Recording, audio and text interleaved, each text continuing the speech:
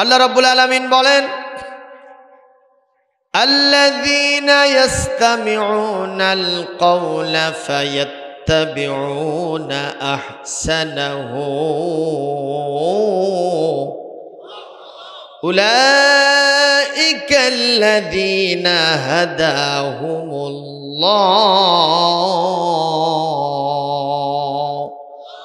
ওয়া উলাইকা হুম উলুল আলবাব।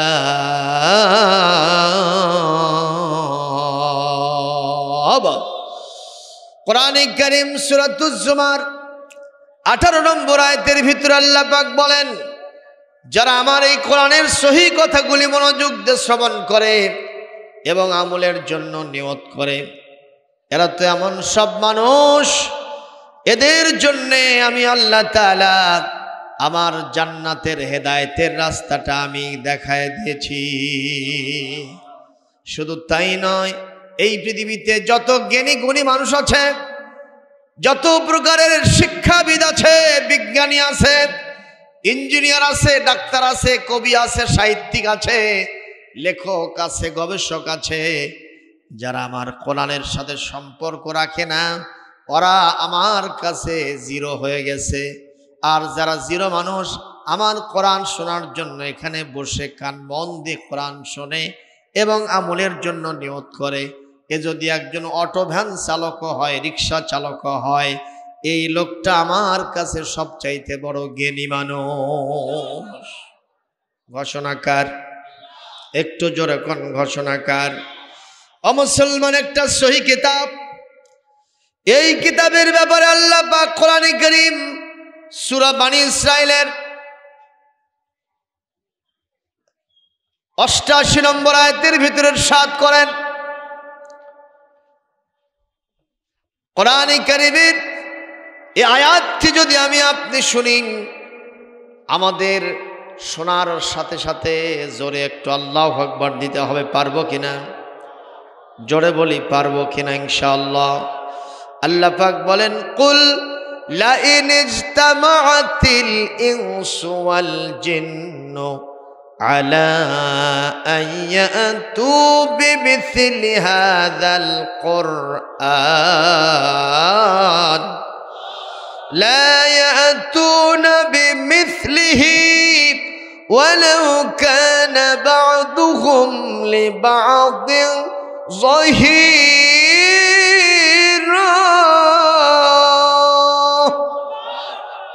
হে নবী, আপনি বলে দেন, পৃথিবীর সব মানুষ এবং জিন তারা যদি আমার কোরআনের মতো করে একটা কোরআন বানায় নিয়ে আসার জন্য সবাই মিলে চেষ্টা করে, আবার তারা যদি একে অপরের সহযোগিতার ভূমিকা পালন করে, জিন ইনসান সবাই এক জায়গায় হলেও আমার কোরআনে কারীমের ছোট্ট একটি সূরা, সূরা কাউসারের মতো একটা সূরাও তারা বানাতে পারবে না।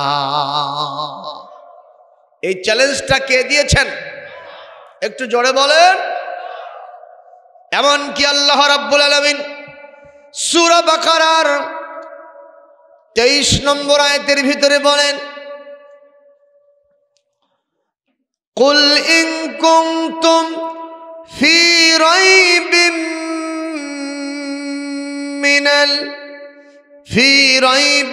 মিম্মা نزلنا على عبدنا فأتوا بسورة من مثله وادعوا شهداءكم من دون الله شهداءكم من دون الله إن كنتم صادقين।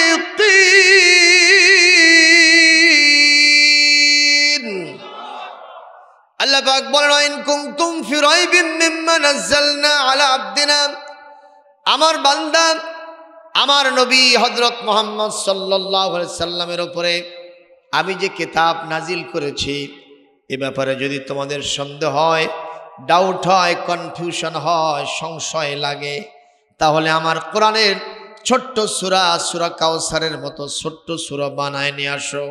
মুসলমান আজ ১৫০০ বছর পেরিয়ে গেছে আক্ষরিক অর্থে কোরআনে কারীমের আমার আল্লাহর দেওয়া এই চ্যালেঞ্জের মোকাবেলা কেউ করতে পারে নাই। জোরে বলুন পেরেছে? তবে আরবে কিছু সংখ্যক লোকেরা আল্লাহর সাথে পাল্লা দিয়া কোরআনে কারীমের চ্যালেঞ্জটা গ্রহণ করেছিল। ওরা আল্লাহর সাথে পাল্লা দিয়া ওদের কাল্লা আছে না গেছে? জোরে কোন? আমাদের রবের নাম কি? তার সাথে দিও না পাল্লা, থাকবে না কারো কাল্লা। জোরে কোন সুবহানাল্লাহ। একটু জোরে বলেন আমাদের রবের নাম কি? তার সাথে দিও না, থাকবে না কারো। কে কে পাল্লা দেবেন দেখি হাত তোলেন তো। চাচা মেয়ে বোঝেন না, আল্লাহর সাথে পাল্লা দেওয়া যাবে? আবু জেহেল, ফেরাউন, নমরুদ আল্লাহর সাথে পাল্লা দিয়ে তাদের কাল্লা আছে না গেছে? এই মঞ্চটা যদি আরেকটু আগের দিকে করা হতো, এই বাসা থেকে লোকেরা বের হয়ে মঞ্চের পেছনে দিয়ে যেতে পারত। কারণ আমি আলোচনা করতেছি, আমার সামনে দিয়ে মেয়ে মানুষ যায়। কি একটা দৃশ্য আল্লাহই ভালো জানে। কোরআনে কারীম শোনার জন্য একটা পরিবেশও দরকার আছে। এ কোরআন চারটিখানি কিতাব না। লা ইয়াতিহিল বাতিলু মিন বাইনি আইদিহিম মিন বাইনি ইয়াদাইহি ওয়া মিন খালফিহি। আল্লাহ বলেছেন এই কোরআনের সামনে এবং পিছন দিক থেকে এই কোরআনের ভিতরে এতটুকুন বাতিল কথা ঢোকে নাই। সুবহানাল্লাহ কোন? কোরআনুন মাজিদ, কোরআনুন কারীম, সম্মানিত, মহা সম্মানিত কিতাব আল কোরআন। সুবহানাল্লাহ কোন? যেখানে ইচ্ছে সেখানে আপনি কোরআন বলবেন আর সেটা লোকেরা গ্রহণ করবে, তা হবে না। জনগণ ঠিক না বে ঠিক? যাই হোক, রাস্তার ভিতরে করেছেন, যেহেতু বাসাবাড়ি আছে বের হবেই, কিন্তু একটু আমাদেরকে সাবধানতা অবলম্বন করা দরকার ছিল। ঠিক না বে ঠিক? কোন? আমি কি কোনো খারাপ কথা বললাম? এটা দরকার ছিল। শালীনতা বজায় রাখতে হবে আমাদেরকে। আর আমি বলবো যে এই রাস্তা দিয়ে যদি কারো পারাপারের প্রয়োজন না হয়, অবশ্যই কেউ হাঁটাচলা করবেন না। আমার সামনে দিয়ে কেউ হাঁটলে আমাকে ডিস্টার্ব লাগে। জোরে বলুন ঠিক না বে ঠিক? এই জন্য আমি সকলের জ্ঞাতার্থে জানাচ্ছি, এতক্ষণ আমরা সময় দিয়েছি, এখন সমাপনীর সময়। রহমত বয়ে যাচ্ছে, কোরআনের মাহফিলে রহমত দিয়ে ধন্য করেন কে? আল্লাহ পাক বললেন আল্লাকুম তুরহামুন। কোরআন শুনতে পারলে রহমত আর বরকত দিয়ে তোমাদের সর্বাঙ্গীন জীবনকে আমি মালামাল করে দেব। রহমতের বন্যা বয়ে যাচ্ছে, এখন এটা ধরে নেওয়া আমাদের জন্য চ্যালেঞ্জ। ঠিক না বে ঠিক বলুন? এই জন্য পরিবেশটা আপনারা সকলে মিলে বজায় রাখুন, এই আশাবাদ আপনাদের সকলের কাছে আমি রাখলাম। ওখানে আল্লাহর চ্যালেঞ্জ গ্রহণ করলো, তার নাম ছিল মুসাইলামাতুল কাজ্জাব। সে আবার ভণ্ড নবীর দাবিদার। জোরে কোন? কি নবী? আরো জোরে কোন? ভণ্ড নবী হওয়া যায়, কারণ নবুয়তের এই বিষয়টা কন্ট্রোল করেন কে? দুনিয়াতে ভণ্ড পীর হওয়া যায়, কথা কয় না? দেখবেন মাথায় আছে চুলের জট, গায়ে আছে সালার শট, হাতে আছে মদের পট, কথা কয় না? এরা হলো ভণ্ড পীর। জোরে কোন? কি পীর? জোরে কোন? কি পীর? এমন কি জিকিরের তালে তালে জাকের ওঠে গাছে লুঙ্গি নামে নিচে। জোরে কোন? আছে না নাই? এরা হলো কি পীর? কি পীর? ভণ্ড পীর। বাংলাদেশে কত যে পীর আছে আল্লাহ জানে। দুনিয়ার সালা পাগলা, তেনা পাগলা, চট পাগলা, জট পাগলা, এগুলো সব পীর সাজিয়েছে আজকে। জোরে বলেন নাউজুবিল্লাহ। আর জোরে বলেন নাউজুবিল্লাহ। সম্মানিত উপস্থিতি, পীর ভণ্ড হওয়া যায়, আলেম সাজা যায়। ঠিক না ঠিক? আলেম, এই যে আমাদের মাথায় যেরকম পাগড়ি আছে, রুমাল আছে, হাব্বা জুব্বা আছে, এটা লাগালো, দাড়ি লাগালো, আস্ত একটা আলেম সাজলো। এইবার একটা মাহফিলে এরকম এক লোক ধরা পড়ে গেছে, মানে ভণ্ড আলেম সেজে গিয়া মঞ্চে বসে ওয়াজ শুরু করছে। এক ফাঁকে সভাপতি চিনতে পারছে যে এই তো চলচ্চিত্র জগতের অভিনেতা, এইকে ওয়াজ করতে যাচ্ছে রে। সেই ঘুষি মারা, পিটতে পিটতে মঞ্চ থেকে নামাই দিয়েছে। জোরে কোন আল্লাহু আকবার। সুতরাং সকল জায়গায় ভণ্ডামি, নষ্টামি, ভ্রষ্টামি চলে। তো আমার নবীর মতো নবুয়তের মর্যাদায় আসীন হবে এই পৃথিবীতে, এরকম সাহস কারু করা উচিত নয়। এই মুসাইলামাতুল কাজ্জাব সে বলল, মুহাম্মাদের দেওয়া এই কোরআনের চ্যালেঞ্জ আমি গ্রহণ করলাম। তুমি কি হইছ? বলে আমিও নবী, মুহাম্মদও নবী। লোকেরা বলল, নবী শুধু দাবি করলে হবে না, নবীর কিছু প্রমাণ দেখাতে হবে। বলে কি প্রমাণ চাও? বলে মুহাম্মাদের কাছে একটা পূর্ণাঙ্গ 30 পারা কিতাব নাজিল হয়েছে, এরকম কিছু তুমি দেখাও। কয় যে আমার কাছেও একটা নাজিল হয়েছে। কি? বলে সূরা কাউসারের মতো করে একটা সূরা কেবলই নাজিল হওয়া শুরু হয়েছে, তো দেখি পড়ো তো। ওর সঙ্গে সঙ্গে পড়া শুরু করছে। আমরা সূরা কাউসারটা একটু পড়ে নেই। বিসমিল্লাহির রহমানির রহিম।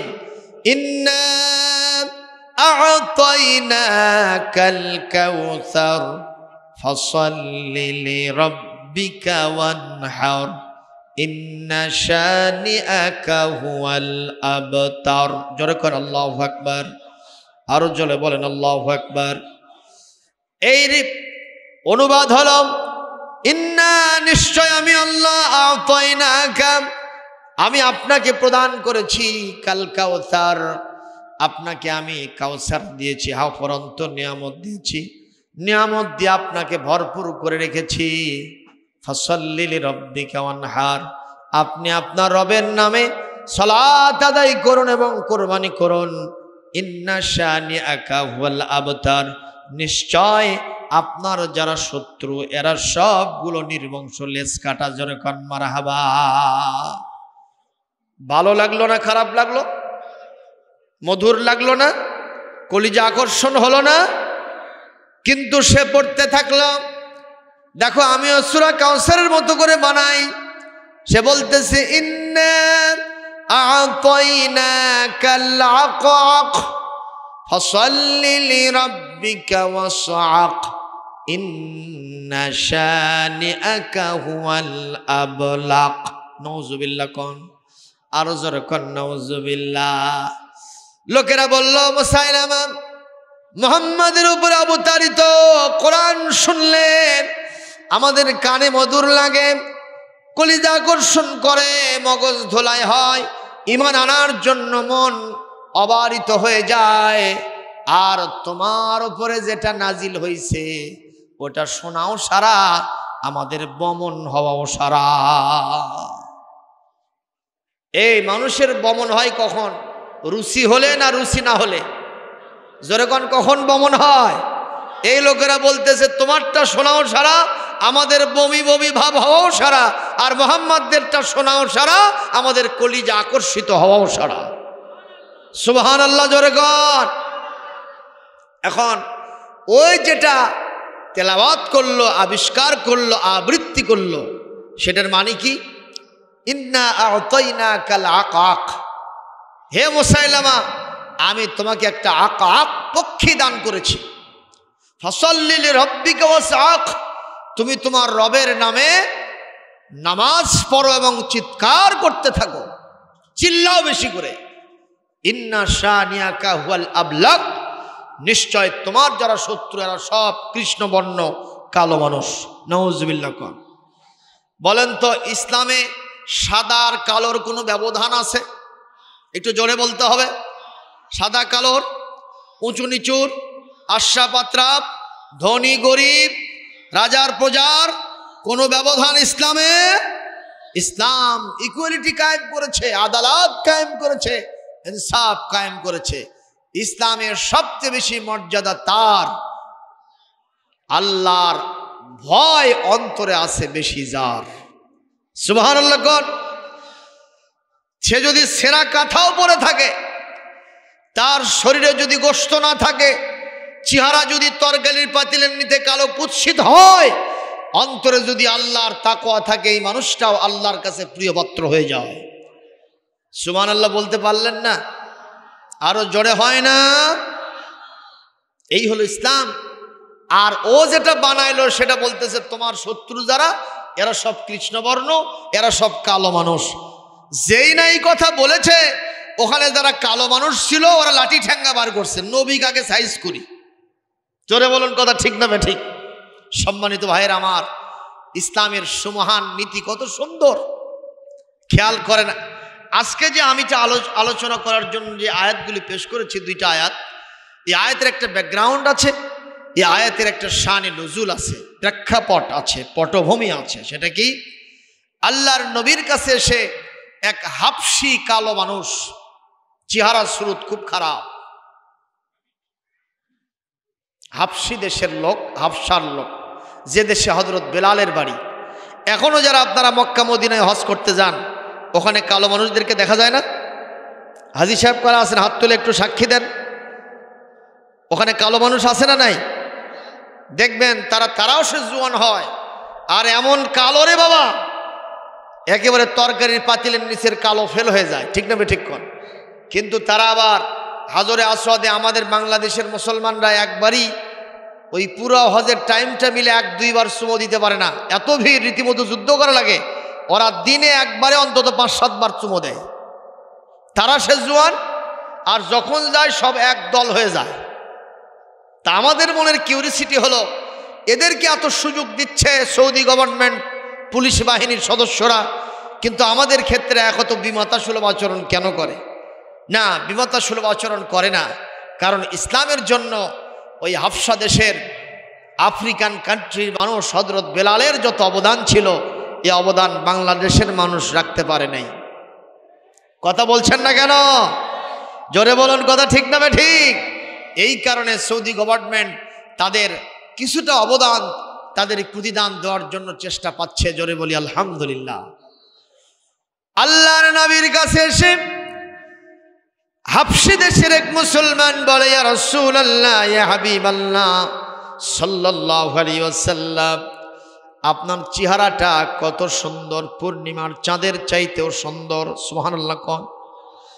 আপনার মর্যাদা আকাশচুম্বী মর্যাদা, আপনার চরিত্র ফুলের চাইতেও পবিত্র, আপনার মর্যাদা, আপনার পাওয়ার, লেজিস্লেটিভ পাওয়ার আপনার। ইয়া রাসূলুল্লাহ, দুনিয়ার জীবনে আপনি সাইয়্যিদুল বাশার, আপনি খাতামুন নাবিয়্যিন, সাইয়্যিদুল মুরসালিন, আপনি হলেন শাফিউল মুজনিবিন, রাহমাতাল লিল আলামিন। গোটা পৃথিবীতে আল্লাহর পরই যদি কারো মর্যাদা হয়, আপনি ছাড়া আর কেউ নাই। ইয়া রাসূলুল্লাহ, ইয়া হাবিবাল্লাহ, আখিরাতের ময়দানে আপনার আকাশচুম্বী মর্যাদা হবে। আপনি যখন সিজদায় পড়ে গিয়ে কাঁদতে থাকবেন, আল্লাহ পাক বলবেন, নবী হে, সিজদা থেকে মাথা উঠান আর আমার কাছে দরখাস্ত করেন। আপনি যা দরখাস্ত করবেন আপনার আমি দরখাস্ত কবুল করে নিব। ইয়া রাসূলুল্লাহ, ইয়া হাবিবাল্লাহ, কিয়ামতের কঠিন ময়দানে আল্লাহ আপনাকে মাকামে মাহমুদ দান করবেন। হাউজে কাউসারের কন্ট্রোলিং পর আপনার হাতে থাকবে। আপনি গুনাহগারদেরকে সুপারিশ করে করে জান্নাতে নিয়ে যাবেন। ইয়া রাসূলুল্লাহ, এত বড় মর্যাদাবান নবী আমাদের নেতা হিসেবে আমরা বাছাই করেছি। আমি আপনাকে এতই ভালোবাসি, দুনিয়ার জীবনে এতটুকুন সময়, 1 মিনিট সময় যদি আপনাকে না দেখে আমি ডিজার্টেড হয়ে যাই, আত্মহারা হয়ে যাই। ইয়া রাসূলুল্লাহ, দুনিয়ার জীবনে আপনার এত মর্যাদা, কাল কিয়ামতের কঠিন ময়দানে আপনার যত বেশি আকাশচুম্বী মর্যাদা হবে, সব মানুষগুলো ইয়া নফসি ইয়া নফসি বলবে, আর আপনি বলতে থাকবেন, ইয়া হাবলি উম্মতি। ইয়া রাসূলুল্লাহ, ইয়া হাবিবাল্লাহ, আপনার সাহাবীদের ভিতরে আবু বকর, ওমর, ওসমান, আলী রাদিয়াল্লাহু তাআলা আলাইহিম আজমাইন, বড় বড় সাহাবী যাদের ব্যাপারে দুনিয়াতেই জান্নাতের সার্টিফিকেটে তারা ধন্য হয়ে গেছেন। ইয়া রাসূলুল্লাহ, ইয়া হাবিবাল্লাহ, আপনি যদি ইন্তেকাল করেন, আপনাকে না দেখে কেমনে থাকবো? শুধু তাই নয়, কিয়ামতে কোটি কোটি মানুষ থাকবে, তাদের ভিতরে আপনি কোথায় থাকবেন? আপনার সন্ধান তো হয়তো আমিও পাবো না, আপনার সাথে হয়তো আমার দেখা হবে না। আমি কেমনে কুলবো? আমি কেমনে সেই বেদনাটা সহ্য করব? আল্লাহর নবী বলেন, ও হাবশী দেশের সাহাবীরে, মন খারাপ করো না। তোমার চেহারা খারাপ হয়েছে তাতে কি হয়েছে? তোমার শরীরে গোশত নাই তাতে কি হয়েছে, তোমার বংশমর্যাদা নাই তাতে কি হয়েছে, তোমার নামধাম বেশি না তারপরেও তোমার কি হয়েছে, তুমি শুনে নাও, জেনে নাও। এই আল্লাহর দেওয়া এই ফর্মুলা যদি তুমি মানতে পারো, আমি রাসূল ঘোষণা করলাম কিয়ামতের দিন তুমি 4 জন আকাশচুম্বী মর্যাদা সম্পন্ন মানুষের সাথে থাকতে পারবা। 1 নম্বর নবীদের সাথে আমি রাসূল সাইয়্যিদুল মুরসালিন আমার সাথে তুমি থাকতে পারবা, সিদ্দিকিনদের সাথে থাকতে পারবা, যার প্রধান হবে হযরত আবু বকর সিদ্দিক তুমি তার সাথে থাকতে পারবা, শুহাদাদের সাথে থাকতে পারবা, যেই শুহাদাদের নেতা হবেন হযরত আমির হামজা রাদিয়াল্লাহু তাআলা আনহু তার সাথে তুমি থাকতে পারবা। শুধু তাই নয়, এই পৃথিবীতে যত আউলিয়া পীর বুজুর্গ আছে সবচাইতে ভালো মানুষ আছে, আল্লাহর দিনদার পরহেজগার বান্দারা আছে, তুমি তার সাথে কাল কিয়ামতে জান্নাতের মধ্যে থাকতে পারবা।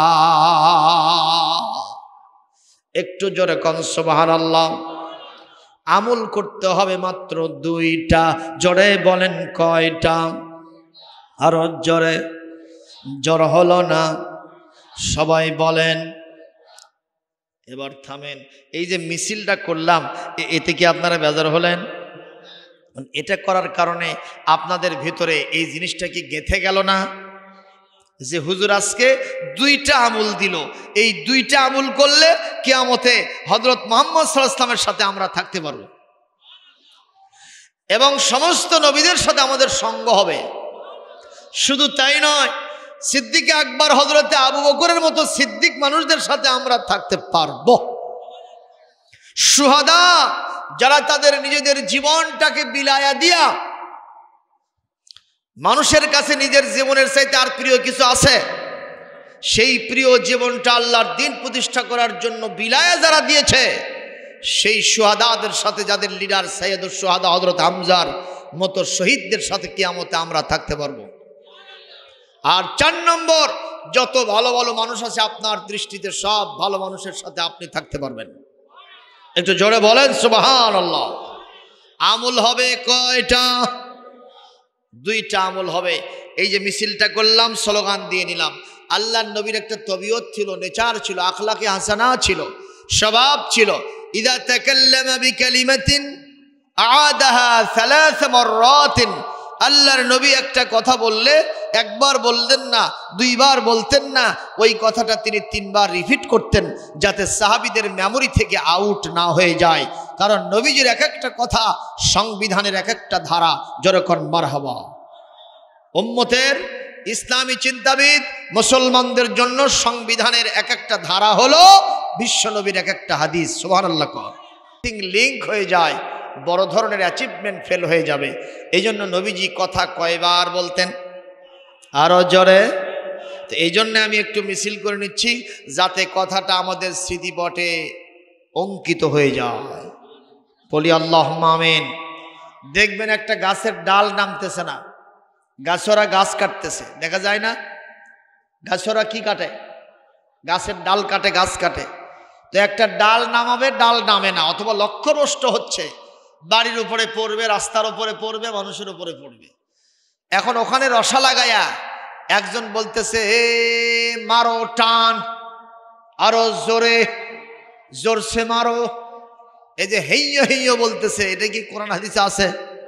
কিন্তু এটা বলার কারণে ওদের জজবা কি বাড়ে না কমে? যখন বাড়ে না কমে, দেখবেন যে আস্তে করে ডালটা যেখানে নামাতে চায় ওই জায়গায় নেমে যায়। মারহাবা কোন। অনুরূপ ভাবে আমি একটু মিছিল করে নিলাম। জীবনে কত মিছিল করলাম, আমার নেতা, তোমার নেতা, উল্লুক নেতা, ভল্লুক নেতা, আমার ভাই, তোমার ভাই, উল্লুক ভাই, ভল্লুক ভাই। উল্লুক ভাই যেখানে, আমরা আসি সেখানে। একজন বলতেছে, থামতো থামতো, তোর উল্লুক ভাই যদি পায়খানার থাকে ওখানে থাকবো। কয় ভাই তালে নাই।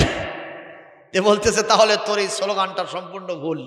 জোরে বলুন ঠিক না বে ঠিক? বরং স্লোগান হলো আসল সেইটা যেটা কোরআনের ব্যাপারে আছে। কোরআন সুন্নাহ যেখানে, সবাই জোরে বলেন, কোরআন সুন্নাহ যেখানে। জোরে বলি আল্লাহুম্মা আমিন। আল কোরআনের পথ, এই পথই আসল পথ। আল হাদিসের পথ, এই পথই আসল পথ। অন্য পথে অন্য মতে নেই যে রহমত। আল কোরআনের পথ, এই পথই আসল পথ। আল কোরআনের আলোয় যার জীবন আলোকিত, সেই চির বিপ্লবী নয় কখনো ভীত। তার হৃদয়ে শুধুই আল্লাহর অথই মোহাব্বত, অথই মোহাব্বত। আল কোরআনের পথ, এই পথই আসল পথ। বলেন না, আল কোরআনের পথ, এই পথই আসল পথ। অন্য পথে অন্য মতে নেই যে রহমত। আল কোরআনের পথ, এই পথই আসল পথ। একটু জোরে বলেন মারহাবা। বাইরে আমার 1 নম্বর আমল, ওয়ামান ইউতিইল্লাহ।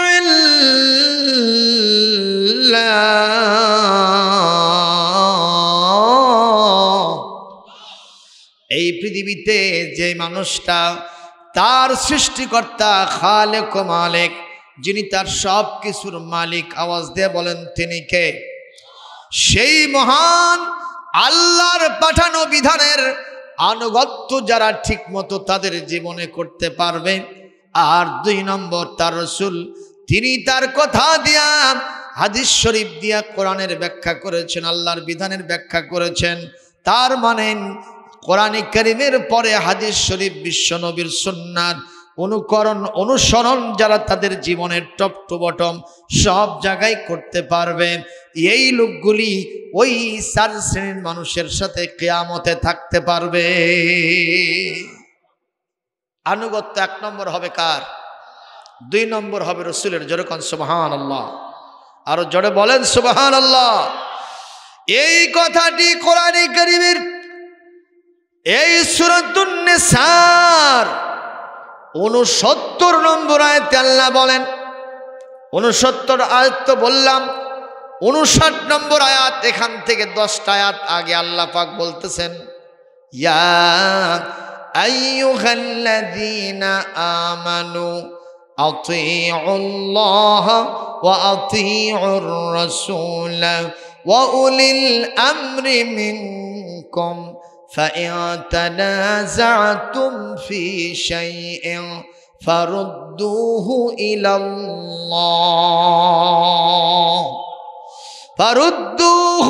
الله والرسول إن كنتم تؤمنون بالله واليوم الآخر ذلك خير وأحسن তাআওয়িলা। একটু জোরে করেন আল্লাহু আকবার। মুসলমান, আল্লাহ রাব্বুল আলামিন ইমানদারেরা আনুগত্য করো তোমাদের রব আল্লাহর, আনুগত্য করো রাসূলের। কিন্তু এমন সময় আসবে বিশ্ব নবী তিনি দুনিয়া থেকে তার তিরোধান হবে, ইন্তেকাল হবে, ওফাত হবে। তিনি যখন কবর শরীফে রওজা মোবারকে চলে যাবেন, এই মুহূর্তে যারা কর্তৃত্বশীল, যাদের হাতে কোরআন সুন্নাহর বিধান কায়েম হবে, সেই সব বড় বড় জাইয়্যিদ উলামা হযরত, ইসলামী রাষ্ট্রের কর্ণধার এবং ইসলামী নেতৃবৃন্দ যারা থাকবে, তাদের অনুসরণ যদি আল্লাহ রাসূলের পরই তোমরা করতে পারো, আমি আল্লাহ বললাম অবশ্যই দুনিয়া আখিরাতে তোমরা সফলকামী হয়ে যাবে। একটু জোরে কোন আল্লাহু আকবার। মুসলমান, আল্লাহর বিধান এই কোরআন কারীমের ভিতরে কত যে বিধান আছে, একটু আওয়াজ দিয়ে বলেন। কোরআনের ভিতরে নামাজের বিধান আছে না নাই?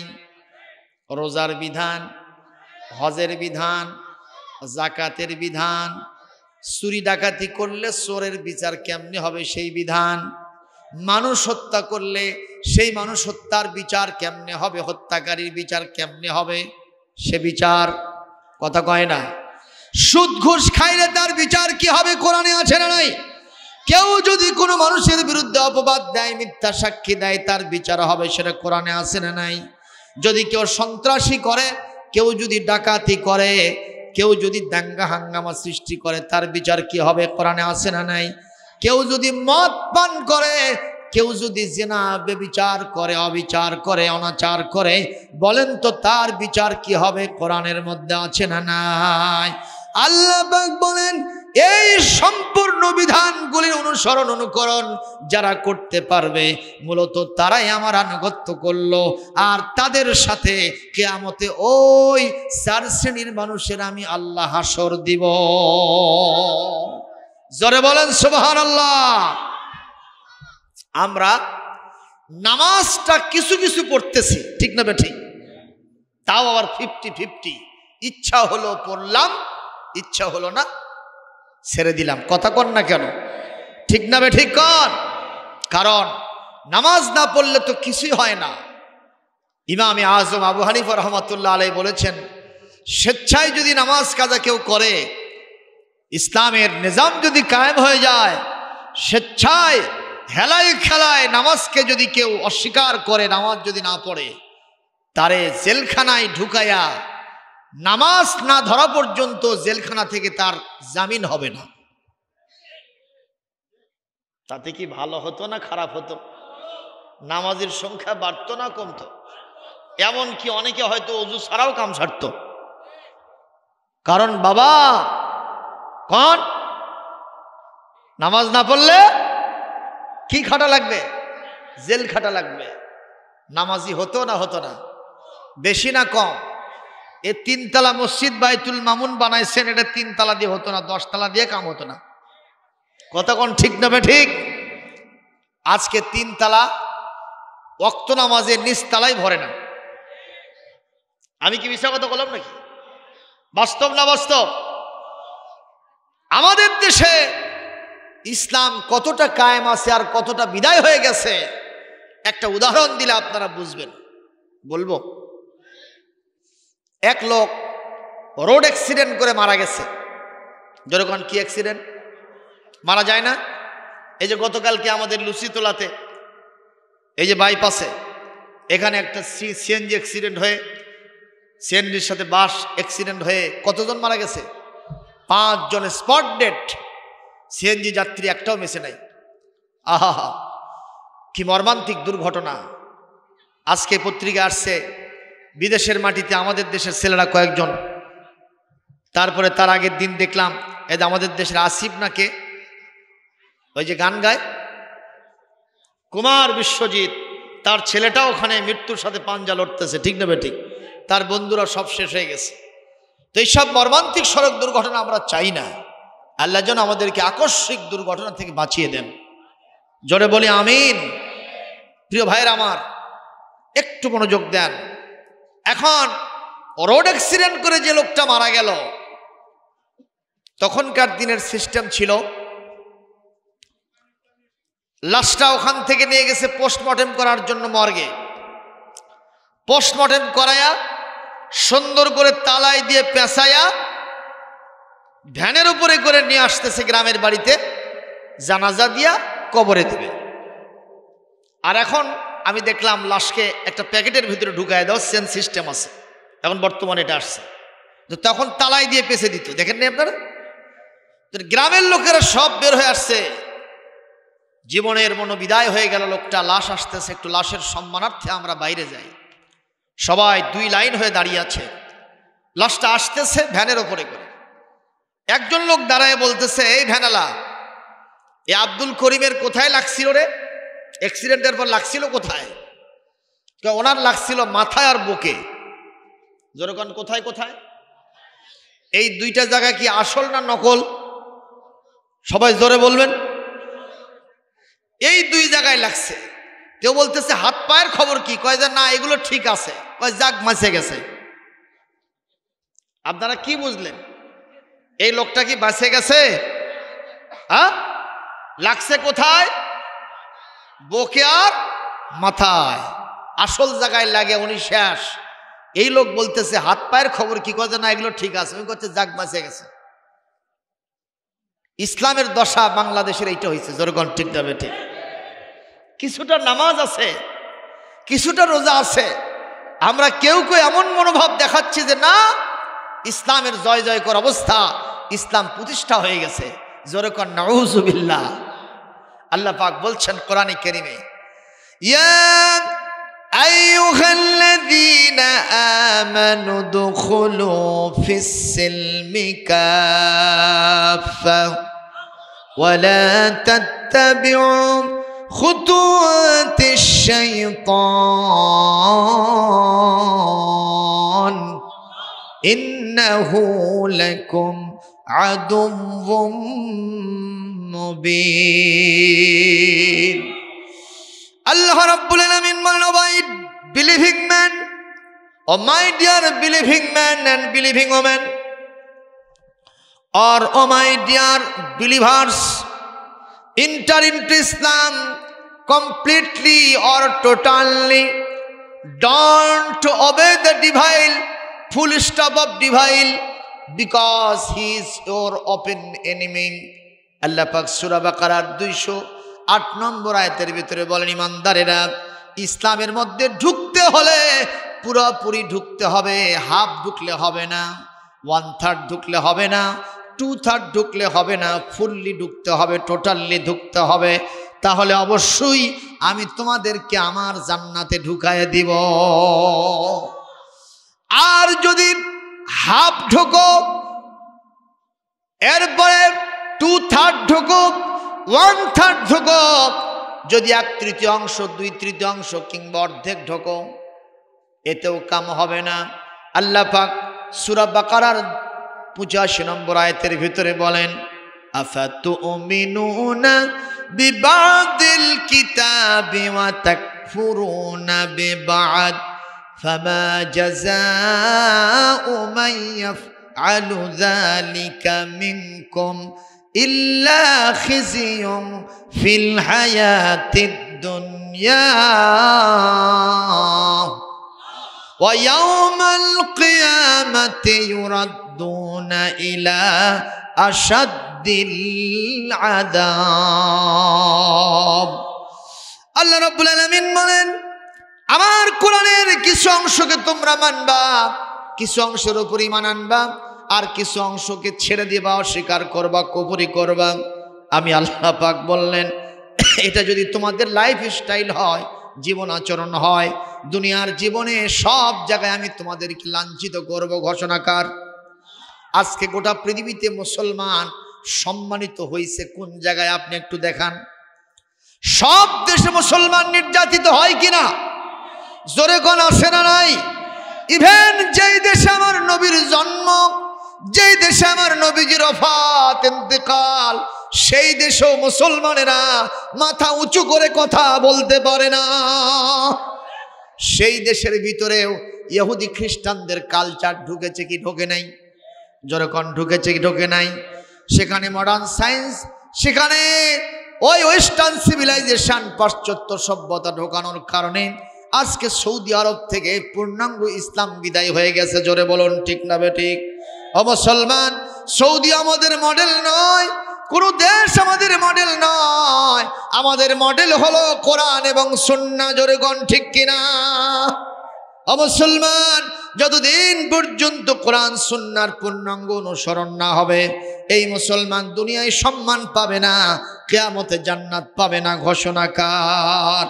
সুতরাং আসুন আমরা নামাজ যেমন পড়ব, রোজা যেমন করব, হজ যেমন করব, যাকাতের বিধানটাও পরিপূর্ণভাবে মেনে চলব। ঠিক কিনা? আজকে যাকাতটাও 50-50 হয়ে গেছে। ঠিক না বেঠিক? যার ইচ্ছা হলো যাকাত দিল, যার ইচ্ছা হলো না যাকাত দিল না, অস্বীকার করলো। ঠিক না বেঠিক? জোরে বলুন ঠিক না বেঠিক? একটু খেয়াল করেন না কেন? আবার যারাও যাকাত দিচ্ছে, সামনে রমজান মাস, সুন্দর করে প্রস্তুতি গ্রহণ করতেছে, আমি একটু যাকাত দিব, যাকাত দিব, আছে না নাই? দেখবেন শাড়ি আর লুঙ্গি কিনেছে 500 পিস। কত পিস? 500 পিস। এত লোককে দাওয়াত দিয়েছে, অন্তত 10,000 হাজির। ঠিক না বেঠিক? জনগণের ঠেলায় উনি 5 তলার উপরে লাফে উঠছে, ওখান থেকে একটা করে শাড়ি ফেলে দিচ্ছে। মহিলারা অন্তত 501টা শাড়ি নেওয়ার জন্য হুমড়ি খেয়ে পড়ে গেছে। একটা লুঙ্গি ফেলে দিয়েছে, অন্তত 1000 লোক লুঙ্গি নেওয়ার জন্য হুমড়ি খেয়ে পড়ে গেছে। পায়ের নিচে পিষ্ট হয়ে শত শত মানুষ মারা গেছে। এ দৃশ্য বাংলার জমিনে আছে না নাই? এটা যাকাত দেওয়া নয়, যাকাতের সাথে প্রহসন করা। যদি কোনোদিন ইসলামী নিজাম কায়েম হয়ে যায়, আল্লাহর নবী বলেছেন আজ যাকাতু হাক্কুল মাল, যাকাত হলো মালের অধিকার। তুখাযু মিন আগনিয়াইহিম, ধনীদের থেকে গ্রহণ করা হবে। তুরাদ্দু ইলা ফুকারাইহিম, দরিদ্রদের মাঝে বিলি বন্টন করে দেওয়া হবে। সুবহানাল্লাহ জোরে কোন। তখন আর 50-50 থাকবে না। বাই হুক এন্ড ক্রুক বাধ্য করে যাকাত যাদের উপরে আদায় মানে ফরজ হবে, এটা আদায় করা হবে ইনশাআল্লাহ। আর যাকাত যদি আদায় হয়, দেখবেন বাংলাদেশ অর্থনৈতিক ইকোনমিক্যাল ফাইন্যান্স সিস্টেমে কোনো ভ্যাকুয়াম সৃষ্টি হবে না। আমরা অন্য দেশের কাছে হাত পাতবো না, আমরাই স্বাবলম্বী হব। আমাদের দারিদ্র বিমোচন করার পরে বাকি অর্থটুকু আমরা ইহুদি খ্রিস্টানদেরকে ঋণ দিতে পারবো, বিনিময়ে ইসলামের দাওয়াত তাদের কাছে পৌঁছে দিতে পারবো। জোরে বলুন কথা ঠিক না ঠিক? আপনারা বলবেন হুজুর, এখানে আমরা যারা বসে আছি আমাদের উপরে যাকাত ফরজই নাই, আপনি এই ওয়াজ এখানে চিল্লাই করে লাভটা করবেন কি? মন খারাপ করতেছেন? একটা মাসালা শুনে যান। রমজান মাস আসলে অনেকেই তো আমাদের কাছে ফোন দেয়, হুজুর যাকাতের মশলাটা বুঝাই দেন। আজকে একটা সহজ মশালা দিয়ে দেই। সেটা হলো এই, একটা বছর খাওয়া দাওয়ার শেষে ঋণ পরিশোধ করার পরে আপনার কাছে যদি মিনিমাম 50,000 টাকা থাকে, রূপার হিসেবে আপনার ওপরেও শতকরা 2.5 টাকা হারে যাকাত দেওয়া ফরজ করেছেন কে? 50,000 টাকা থাকে না এরকম মানুষ বাংলাদেশে আছে? 2-4 জন ছাড়া অধিকাংশ মানুষের কাছেই 50,000 টাকা খাওয়া পড়া বাদ দিয়ে থেকেই যায়। গ্রামের দিকে যায় দেখেন আছে না নাই? সুতরাং যদি যাকাত আমরা ঠিক মতো আদায় করতে পারি, ইনশাআল্লাহ এদেশে কোনো অভাব থাকবে না। জোরে বলি আল্লাহুম্মা আমিন। আল্লাহর নবী এভাবেই দারিদ্র্য বিমোচন করেছেন, যাকাত ভিত্তিক অর্থ ব্যবস্থা কায়েম করে। আর যাকাত ভিত্তিক অর্থ ব্যবস্থা যদি কায়েম হয়, যাকাত নেওয়ার মতো মানুষ খুঁজে পাওয়া যাবে না। সুবহানাল্লাহ কোন। ইসলামের 5ম খলিফা হযরত ওমর ইবনে আব্দুল আজিজের সময় এক লোক যাকাতের মাল নিয়ে 3 দিন যাবত ঘুরেছে। একজন লোক যাকাত নেওয়ার মতো পায় নাই। দুর্বল হয়ে গেছেন, ক্লান্ত পরিশ্রান্ত হয়ে গেছেন। একটা গাছের নিচে বসে আরাম ফরমাচ্ছেন আর চিন্তা করতেছেন, আল্লাহ একটা গরিব মানুষ আপনি আমাকে বের করে দেন, বাছাই করে দেন, আমি অন্তত যাকাতের মালগুলো দিয়া মুক্ত হয়ে যাই। এ চিন্তা করতে করতে দেখা যায় আপাদ মস্তক ছেঁড়া কাপড় পরা একজন মানুষ, মাথার চুলগুলো উস্কো খুস্কো, দাড়িগুলো এবড়ো থেবড়ো, উদাস উদাস ভাব, বিরাট একটা পোটলা মাথায় নিয়ে আসতেছে। আর উনি আল্লাহর কাছে শুকরিয়া করে বলতেছে, আলহামদুলিল্লাহ, যে লোকটা আমার কাছে আসতেছে যাকাত নেওয়ার মতো উত্তম লোকটাকে আমি পাইয়া গেছি। এই লোকটা যখন এসেছে, উনি দাঁড়িয়ে গেছেন, সালাম দিয়েছেন, মুসাফা মুআনাকা করেছেন। তিনি তাকে বলেছেন, ভাইজান আমি আপনাকে পেয়ে বড় খুশি হয়ে গেছি ভাই। বলে কেন খুশি হইলেন? এই যে 3 দিন যাবত যাকাতের মালগুলো নিয়ে ঘুরতেছি, লোক পাই নাই, আজকে আপনারে পাইছি, যাকাতটা দিয়ে মুক্ত হয়ে যাব। আগন্তুক লোকটা বড় বড় চোখ বাড়ি করে কয়, ভাই আপনার মাথায় কিছু আছে?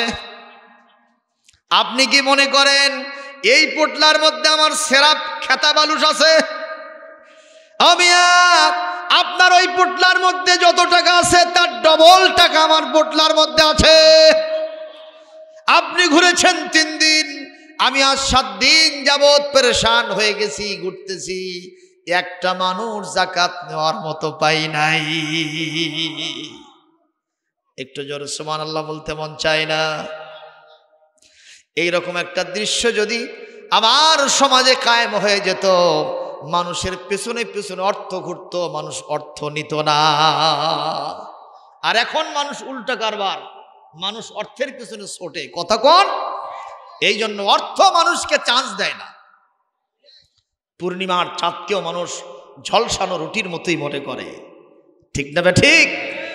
বাইরার সমাজের খলিফা হতো ওমরেরই মতো, হতো আবু বকরের মতো।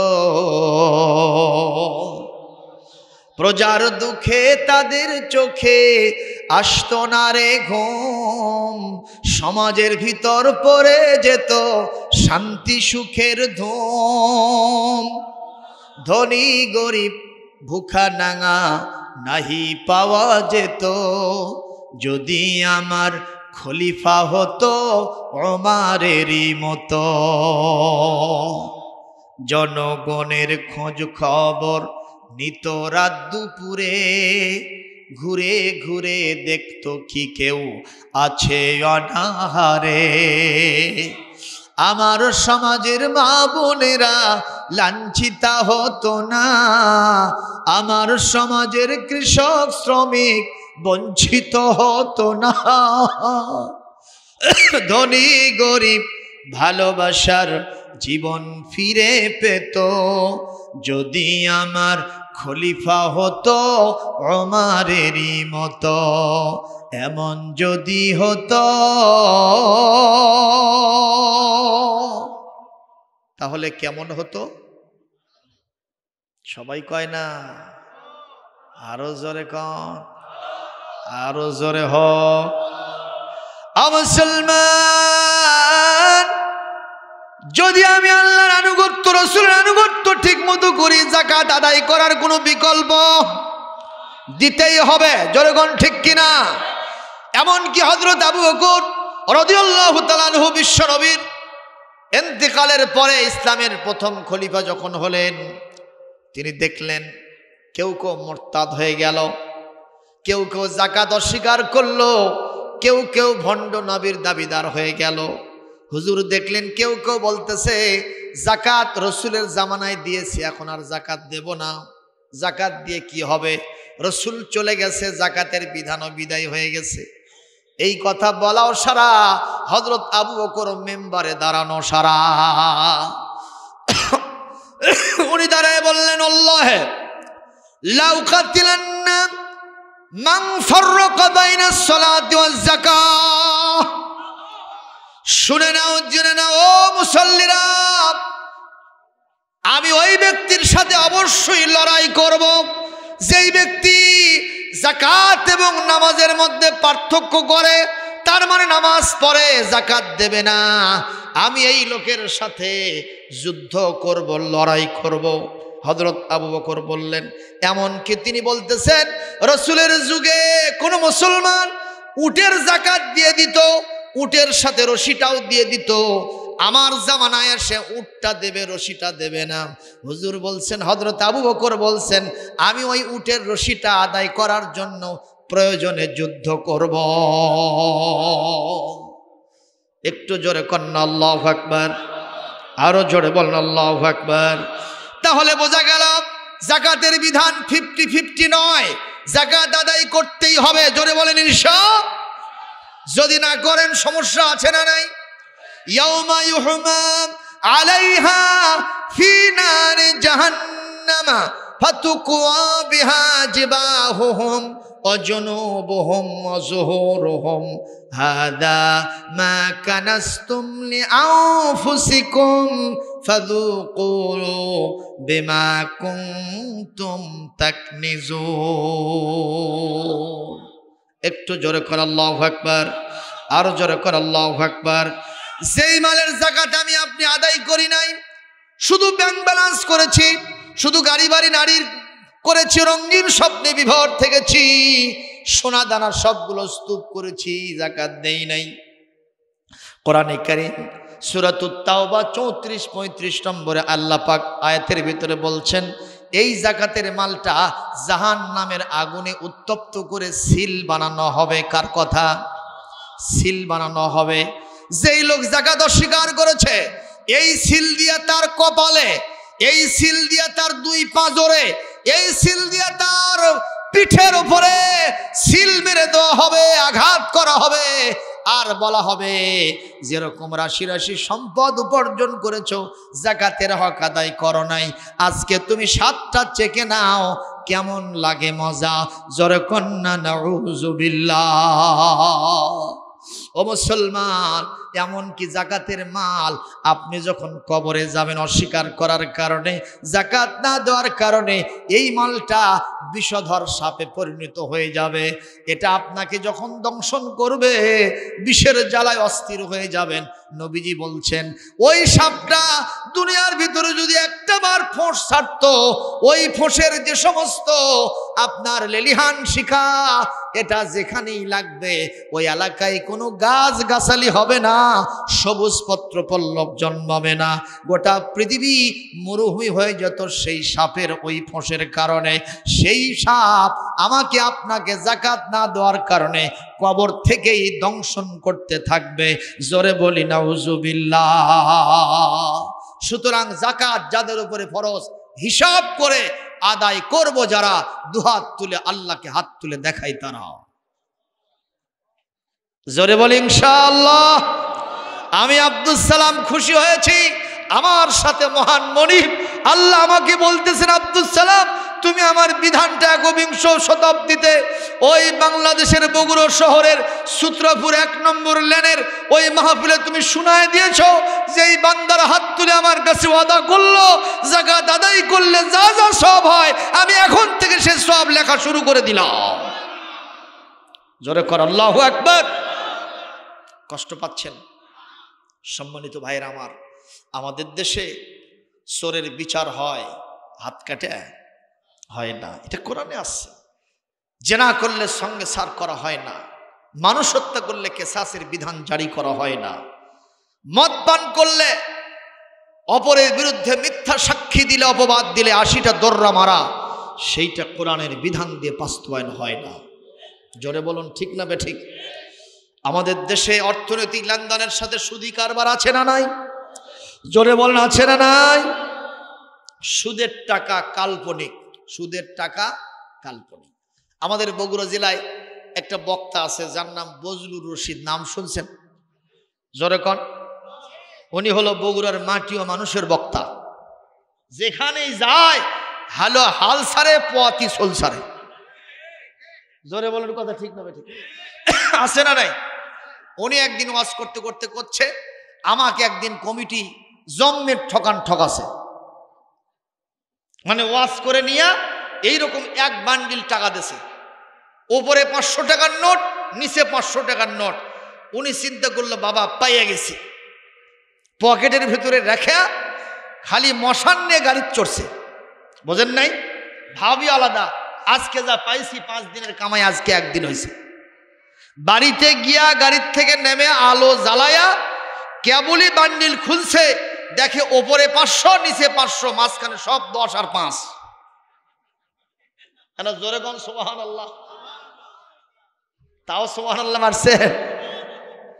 কি জম্মের ঠকান ঠকাছে হুজুর। তাহলে বোঝা গেল ওপরের 500 আর নিচের 500, এই দুইটা দেখা যারা মনে করছে ভেতরেও 500 আছে, এরা হলো কাল্পনিক। জোরে কোন ঠিক না ঠিক? তো অনুরূপ ভাবে সুদি কারবার যারা করেন, মনে করে বাবা অনেকগুলো টাকা সুদের মাধ্যমে ইনকাম করতেছি, মনে করবেন ওই ওপরে 500 আর নিচে 500, মাঝখানে সব 5 আর 2 আর 10। কথা কোন ঠিক না ঠিক?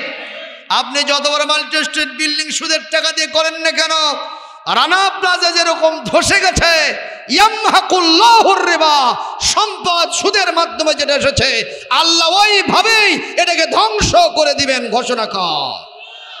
সুতরাং সুদের সাথে ইনভলভ হব না ইনশাআল্লাহ। কোন সুদের টাকা দিয়া ওই মাল্টি স্টেট বিল্ডিং এর ভিতরে থাকার চাইতে টিনের ছাপরা দিয়ে থাকা আল্লাহর কাছে বেশি প্রিয়। সুদের টাকা দিয়া নামি দামি বাজার ঘাট করে নিয়ে এসে ইলিশ মাছ, গরুর গোস্ত, মাগুর মাছ দিয়ে ভাত খাওয়ার চাইতে শাক ভাত খাওয়া অনেক ভালো আল্লাহর কাছে। জোরে বলুন কথা ঠিক না ঠিক? এই জন্য আজকে আমরা ঘোষণা দিতে চাই, যেহেতু দুনিয়া থেকে বিদায় হতেই হবে, ধরা খাওয়া লাগবে কার কাছে? উপায় আছে? আছে? কাল্লা লা ওয়াজারা ইয়াউমাইযিন ইলা রাব্বিকা ইয়াউমাইযিনিল মুস্তাকার। আল্লাহ ছাড়া, আমাদের রব ছাড়া কারু কাছে পালানোর জায়গা নাই। কথা বলেন না কেন? যে আল্লাহ তুরস্কে ভূমিকম্প দিলেন, সে আল্লাহ বুঝি তুরস্কের শত্রু আর বাংলাদেশের অন্তরঙ্গ বন্ধু? উনি ইচ্ছা করলে বাংলাদেশে দিতে পারেন না? আমরা চাই না আল্লাহ যেন অত বড় বিপদ থেকে আমাদেরকে বাঁচিয়ে দেন। কি দৃশ্য! গতকাল মসজিদে আমি বলেছি, পত্রিকার পাতায় দেখলাম প্রায় ৩ শতাধিক শিশু হাসপাতালের বেডে চেয়ে আছে। ওদের চেহারা দেখলে মনে হয় খনি থেকে যেন হীরকখণ্ড উত্তোলিত হয়েছে। পত্রিকার পাতায় লিখেছে এদের বাপ নাই, মা নাই, কোন বাচ্চার নাম কি সেটাও তারা জানে না। সৌদি গভর্নমেন্ট কি বলে, তুরস্কের গভর্নমেন্ট চিন্তিত হয়ে গেছে। এই দৃশ্যের অবতারণা বাংলাদেশে হোক, তাকে আমরা চাই। সুতরাং এখন আমাদের চামড়া আছে টাইট, আল্লাহর সাথে করতেছি ফাইট। চামড়া যখন হয়ে যাবে ঢিল, আল্লাহর সাথে দিব মিল। আল্লাহ বলবে আশেক কবরে খালি হবে কিল। জোরে বলুন ঠিক না ঠিক? চামড়া টাইট থাকতে মিল দিব কার সাথে? জোরে বলুন কার সাথে মিল দিব? যেতেই হবে কবরে, কোনো নিস্তার নাই।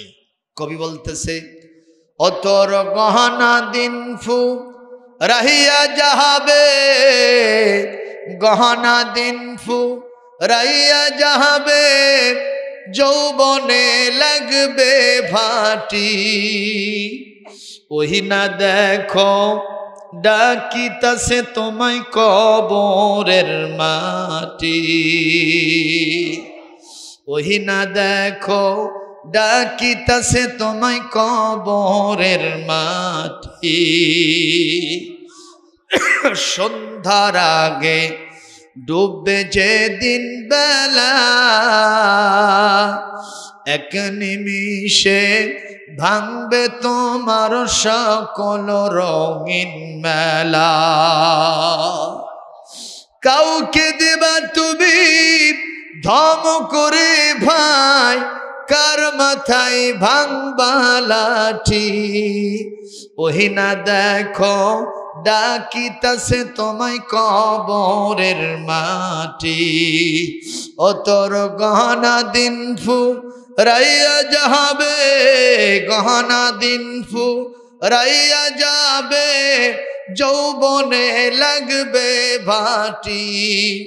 ওহি না দেখো ডাকিতাছে তোমায় কবরের মাটি। জোরে বলেন কথা ঠিক না বেঠিক? আমি যুবক আছি, আমি দাদার বয়সে মারা যাব, গ্যারান্টি আছে নাকি? পিতার কান্ধে সন্তানের লাশ, দাদার কান্ধে নাতির লাশ, এরকম ঘটনা আছে না নাই?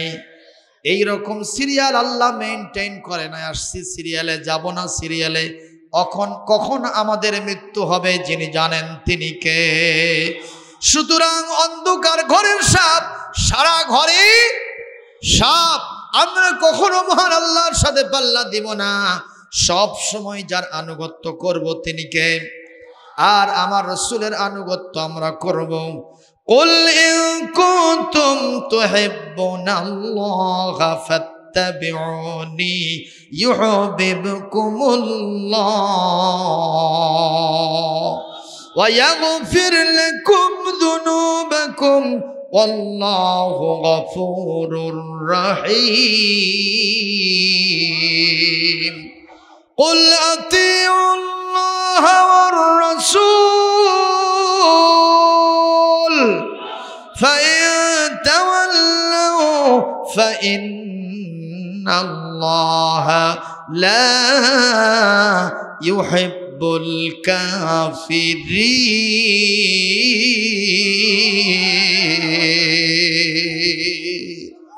আল্লাহ রাব্বুল আলামিন বলেন, হে নবী আপনি আপনার উম্মতদেরকে বলে দেন, আল্লাহর ভালোবাসা যদি তোমরা পেতে চাও আমি নবীকে মেনে নাও। সুবহানাল্লাহ কোন, আরো জোরে কোন সুবহানাল্লাহ। আমাকে মেনে নিলে আল্লাহ ভালোবাসা দিবেন, জীবনের সব গুনাহ খাতা মাফ করে দিবে।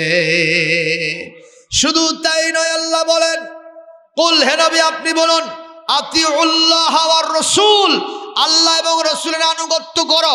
ফাইন তাওয়াল্লাউ, এখান থেকে যদি মুখ ফিরায় নাও, ফাইন্নাল্লাহ, নিশ্চয় আল্লাহ, লা ইউহিব্বুল কাফিরিন, যারা আনুগত্য করবে না ওরা কাফের হয়ে যাবে, আর ওই কাফেরদেরকে আল্লাহ কখনো পছন্দ করে না। জোরে বলি ঠিক না বেঠিক? সুতরাং আনুগত্য করব কার? তারপরে রাসূলের। জোরে বলি ইনশাআল্লাহ, আরো জোরে বলি ইনশাআল্লাহ। আমরা এতদিন এত চিল্লাই, কিন্তু আমার যুবকদের টনক নড়ে না, ঠিক না বেঠিক? যুবককে বললাম, যুবক একটু নামাজ পড়। যুবক বলে, হুজুর এখনো দাড়ি ওঠেনি, একটু দাড়ি উঠুক।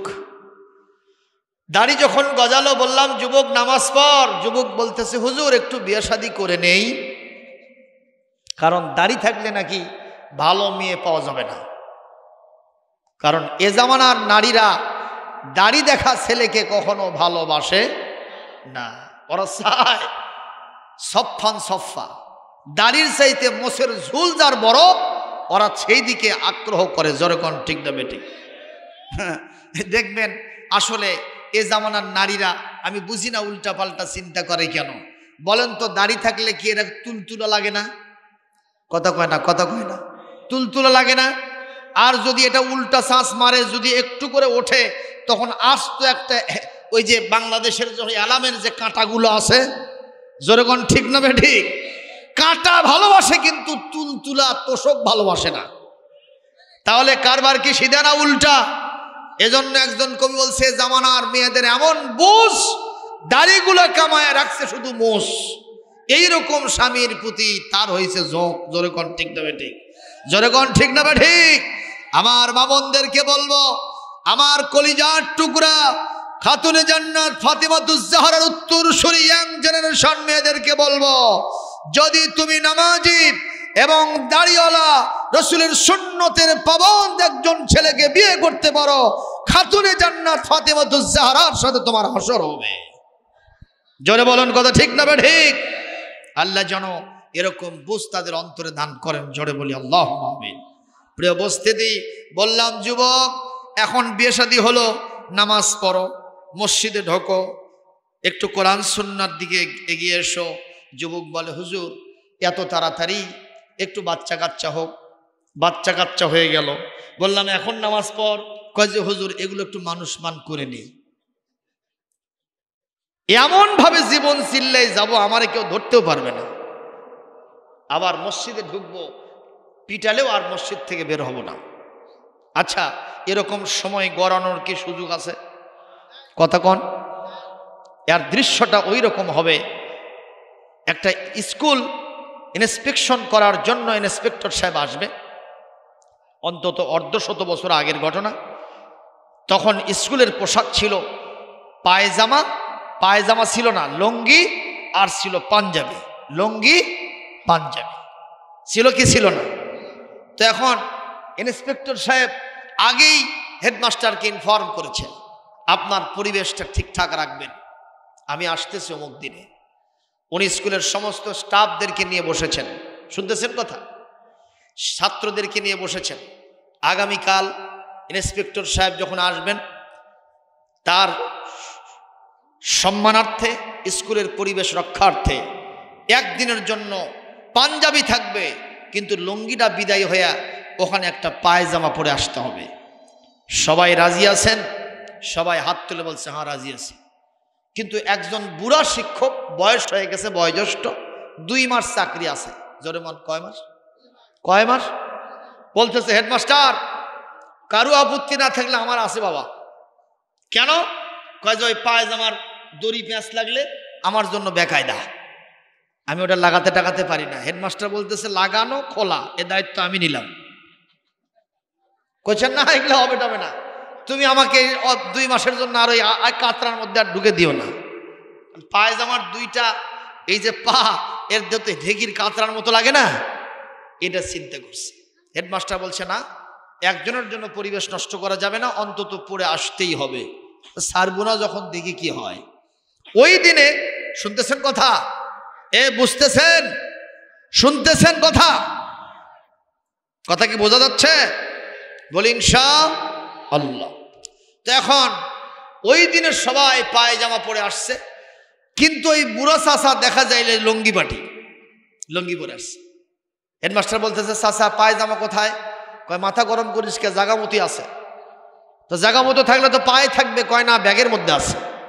তো বিষয়টা কি পড়েন? কয় যে সম্ভবত ইন্সপেক্টর সাহেব আসবে না। কিভাবে বুঝলেন? আমার সাথে তার হটলাইন সবসময় যোগাযোগ চলতেছে, উনি আসবেন আর আপনি বলতেছেন আসবে না। কয় যে ভাব তো তাই মনে হচ্ছে এতক্ষণ যখন আসে না। কয় যে না, উনি রওনা দিয়েছেন, আপনি তাড়াতাড়ি পায়জামা পরেন। তো বলতেছে আগে ভিজিটর আগে আসুক, ইন্সপেক্টর আসুক, তারপরে পায়জামা পরব। ইন্সপেক্টর আসে গেছে। হেডমাস্টার বলতেছে চাচা এখন পায়জামাটা পরেন। কয় যে বাবা আগে ভিজিটটা শুরু হোক, ইন্সপেকশনটা শুরু হোক আগে। সব শিক্ষকদেরকে বিভিন্ন ক্লাসে ক্লাসে বসে দিছে, এই চাচাকেও একটা ক্লাসে বসায় দিছে। হেডমাস্টার টাইম টু টাইম খবর নিচ্ছে উনি পায়জামা পড়লো কি পড়লো না, পড়লো কি পড়লো না। যে বলতেছে চাচা আপনার দাবি অনুযায়ী ইন্সপেকশন ভিজিট শুরু হয়ে গেছে, আপনি তাড়াতাড়ি করে পায়জামাটা পরে নেন। কয় বাবা আমার ঘরের আগের ঘরে যখন আসবি তখন কোষ। এই চাচার লক্ষণ ভালো না খারাপ? এ জোরে কোন লক্ষণ খারাপ। ইতিমধ্যে যখন ওনার ঘরের আগের ঘরে আসছে, হেডমাস্টার দৌড়ে যে বলতেছে চাচা এখনো পায়জামা পরেননি কেন? যে আপনার ঘরের আগের ঘরে আসছে, এখন আপনার ঘরে ঢুকবে আর আপনি এরকম অবস্থায় আছেন। বলে তাই? বলে হ্যাঁ। তাড়াতাড়ি করে পায়জামা ওখান থেকে বের করে নিয়ে পড়তে গিয়া এক ঠ্যাঙের মধ্যে দুই ঠ্যাং ঢুকছে। জোরে কোন এক ঠ্যাঙের মধ্যে কয় ঠ্যাং? এখন এটা কি কায়দা না বেকায়দা? কঠিন টানা হেসরা চলতেছে, রীতিমতো যুদ্ধ, কিন্তু পাওয়ার বাড়ায় না। কারণ একটার মধ্যে ঢুকছে কয়টা ভাই? জোরে কোন। ইতিমধ্যেই ইন্সপেক্টর সাহেব এখানে এসে দেখতেছে হাই সর্বনাশ, কি ভিজিট করব, ওনার পায়জামার যুদ্ধ দেখতে তো কম সারা। চাচা আপনি ওর মধ্যে ঢুকছেন কেন? কয় বাবা হেডমাস্টার ঢুকেছে। ইন্সপেক্টর সাহেব বলতেছে হেডমাস্টার এই কাম বুড়ো মানুষ করছেন, ব্যাপারটা কি? আপনি তো করছেন, আপনার নির্দেশ বাস্তবায়ন করতে গিয়ে ওই চাচা ওই কাম করছে, আমার করার কি? ইন্সপেক্টর সাহেব বলতেছে চাচা আমি দেখলাম আপনার 2 মাস চাকরি আছে, আমার সম্মানার্থে আপনি যতটুকু যুদ্ধ করছেন যথেষ্ট, আমি ছেড়ে দিলাম, আপনার কোনো সমস্যা নাই, আপনি বাড়ান। কয় বাবা তুমি তো ছাড়লা, পায়জামায় তো ছাড়ে না। জোরে বলেন কথা ঠিক না বেঠিক? জোরে বলেন কথা ঠিক না বেঠিক? এটা আমি হাসির খোরাক দেই নাই, আমরা শুধু টাইম গড়াই, টাইম গড়াই। এই টাইম গড়াতে গড়াতে গড়াতে আসমুকা হঠাৎ ওয়াজাত সাকরাতুল মাউতি বিল হক্কি যালিকা মা কুনতা মিনহু তাহিদ।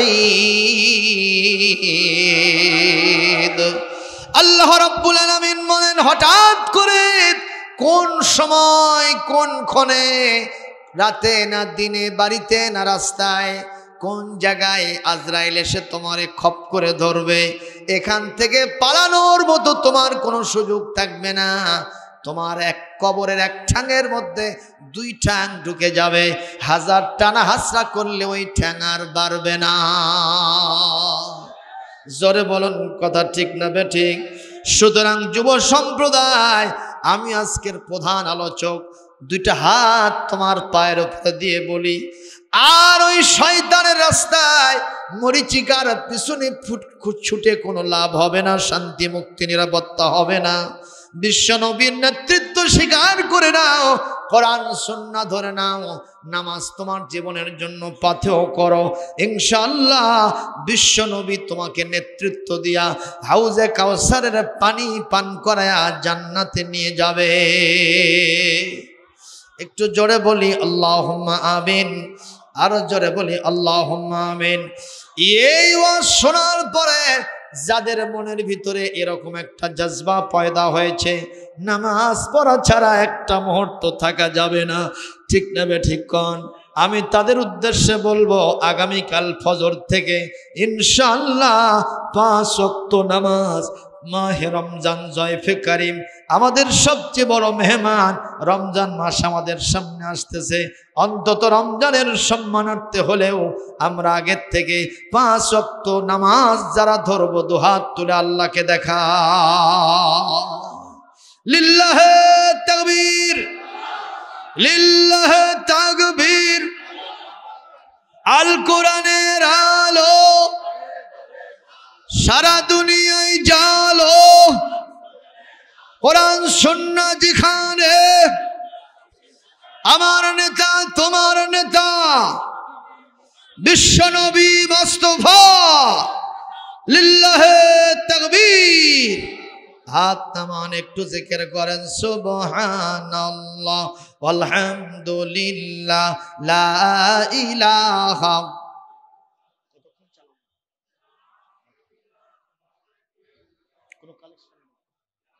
সুবহানাল্লাহ আলহামদুলিল্লাহ লা ইলাহা।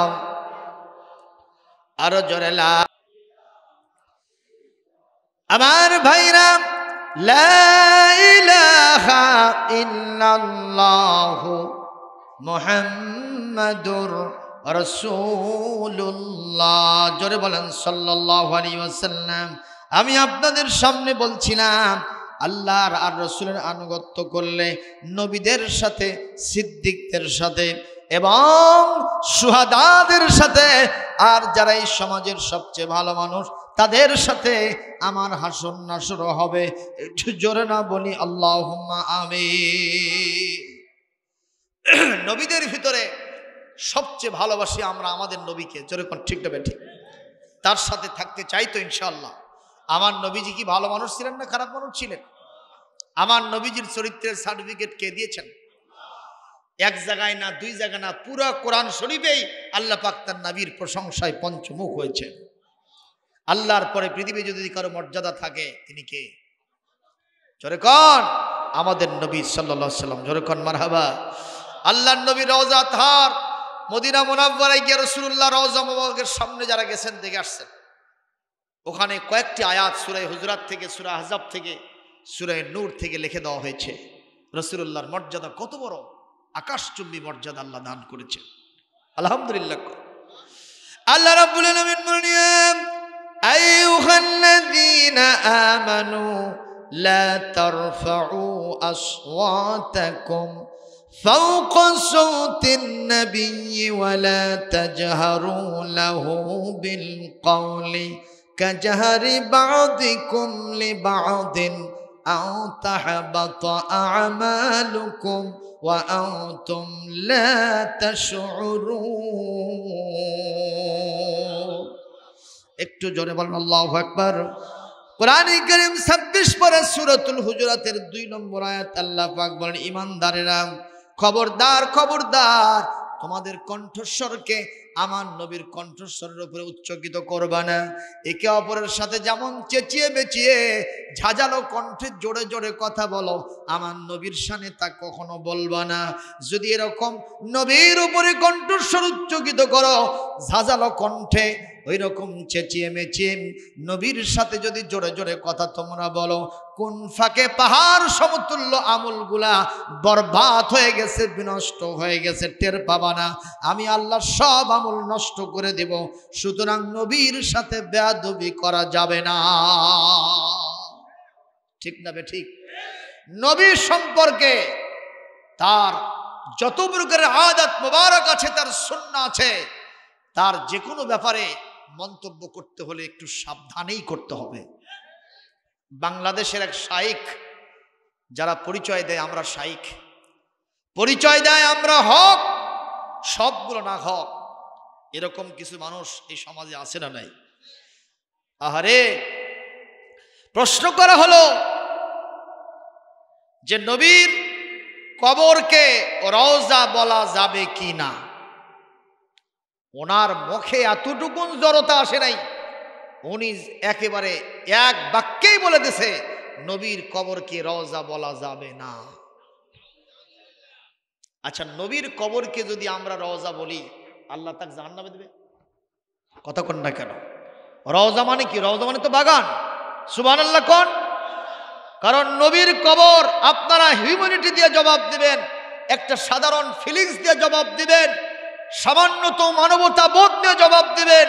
আল্লাহ কি তার নবীর কবর নাউজুবিল্লাহ সুম্মা নাউজুবিল্লাহ নবীর কবর কি জাহান্নামের টুকরা বানাইছে? নবীর কবর কি? সবাই জোরে বলবেন।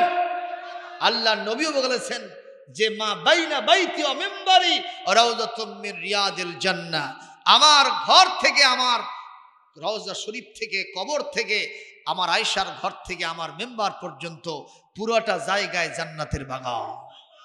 এটা বুখারীর হাদিস। সুবহানাল্লাহ জোরে কোন। সেখানে উনি বলে দিলেন রওজা বলা যাবে না, কবর বলতে হবে। আরে মিয়া, তুমি যদি কবরও বলো তাও নবীর কবরের সাথে শরীফ শব্দ লাগাতে হবে। কথা বলছেন না কেন? কারণ আমার কবর আর নবীর কবর এক হতে পারে না। আবার প্রশ্ন হলো, নবী কি তার কবরের ভিতরে জিন্দা না মুর্দা? উনি সরাসরি জবাব দিলেন, জড়তা আসলো না মুখে, একটুও বাঁধল না। উনি সরাসরি জবাব দিলেন উনি কবরে মরে আছেন। রসুলের শানে চূড়ান্ত বেয়াদবি। কথা বলেন না কেন? এই চূড়ান্ত বেয়াদবি আমাদের রসুলের শানে তুমি করেছ, এই জাতির কাছে ক্ষমা চাইতে হবে, নচেত কাল কিয়ামতে বিশ্ব নবীর হাউজে কাউসারের পেয়ালার পানি তোমার ভাগ্যে জুটবে না, জাহান্নামে যেতে হবে। জোরে কোন ঠিক কিনা? রাসূলুল্লাহর শানে যে কোনো মন্তব্য করব সাবধানতার সাথে করতে হবে, ঠিক না বে ঠিক কোন? রাসূলের শানে পৃথিবীতে যিনি যেটা করেছেন আল্লাহ সেটাই কবুল করছেন। কথা বলেন না কেন? আহা, আমরা আরবিতে কবিতা পড়ি, পুরাটা অঙ্গ প্রত্যঙ্গ রীতিমতো প্যারালাইজড হয়ে গিয়েছিলেন তিনি। আল্লামা শরফুদ্দিন আল বসরি রহমতুল্লাহ আলাইহি কাসিদাতুল বুরদা আপনি পড়েছেন, আমরা এখনো আলিম ক্লাসে আরিয়ান হিসাবে পড়াই। পুরোটা শরীর তার প্যারালাইজড। ডাক্তার, কবিরাজ, সাজাস সব ফেইলর, কেউ পাস করতে পারে নাই, ভালো হয় না। উনি সর্বশেষ চিন্তা করলেন বিশ্বনবীকে আল্লাহ পাক খুব মহব্বত করেন, আমি তার শানে একটা কবিতা লিখব। সুবহানাল্লাহ বলতে পারলেন?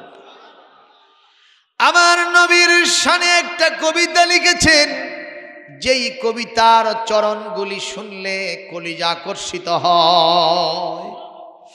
মুহাম্মাদুন সাইয়্যিদুল কাউনাইন ওয়াস সাকালাইন ওয়াল ফারিকাইন মিন আরাবিন ওয়া মিন আজামি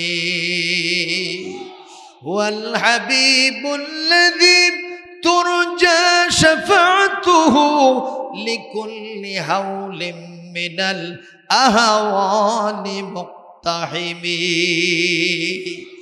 এইভাবে 100টার উপরে চরণ দিয়া আমার রসুলের শানে একটা কবিতা আল্লামা শরফুদ্দিন আল বসরি লিখেছেন।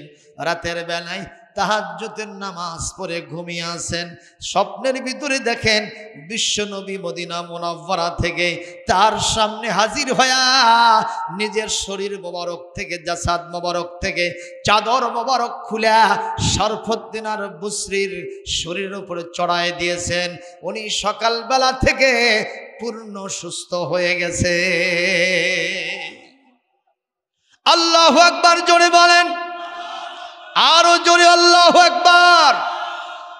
আমরা নবীকে ভালোবাসবো না ঘৃণা করব? জোরে বলে আমিন। মুসলমান, এই পৃথিবীতে আল্লাহর নবীর শানে আপনি যদি একটা গজল গান, আল্লাহ পাক খুশি হয়ে যাবেন।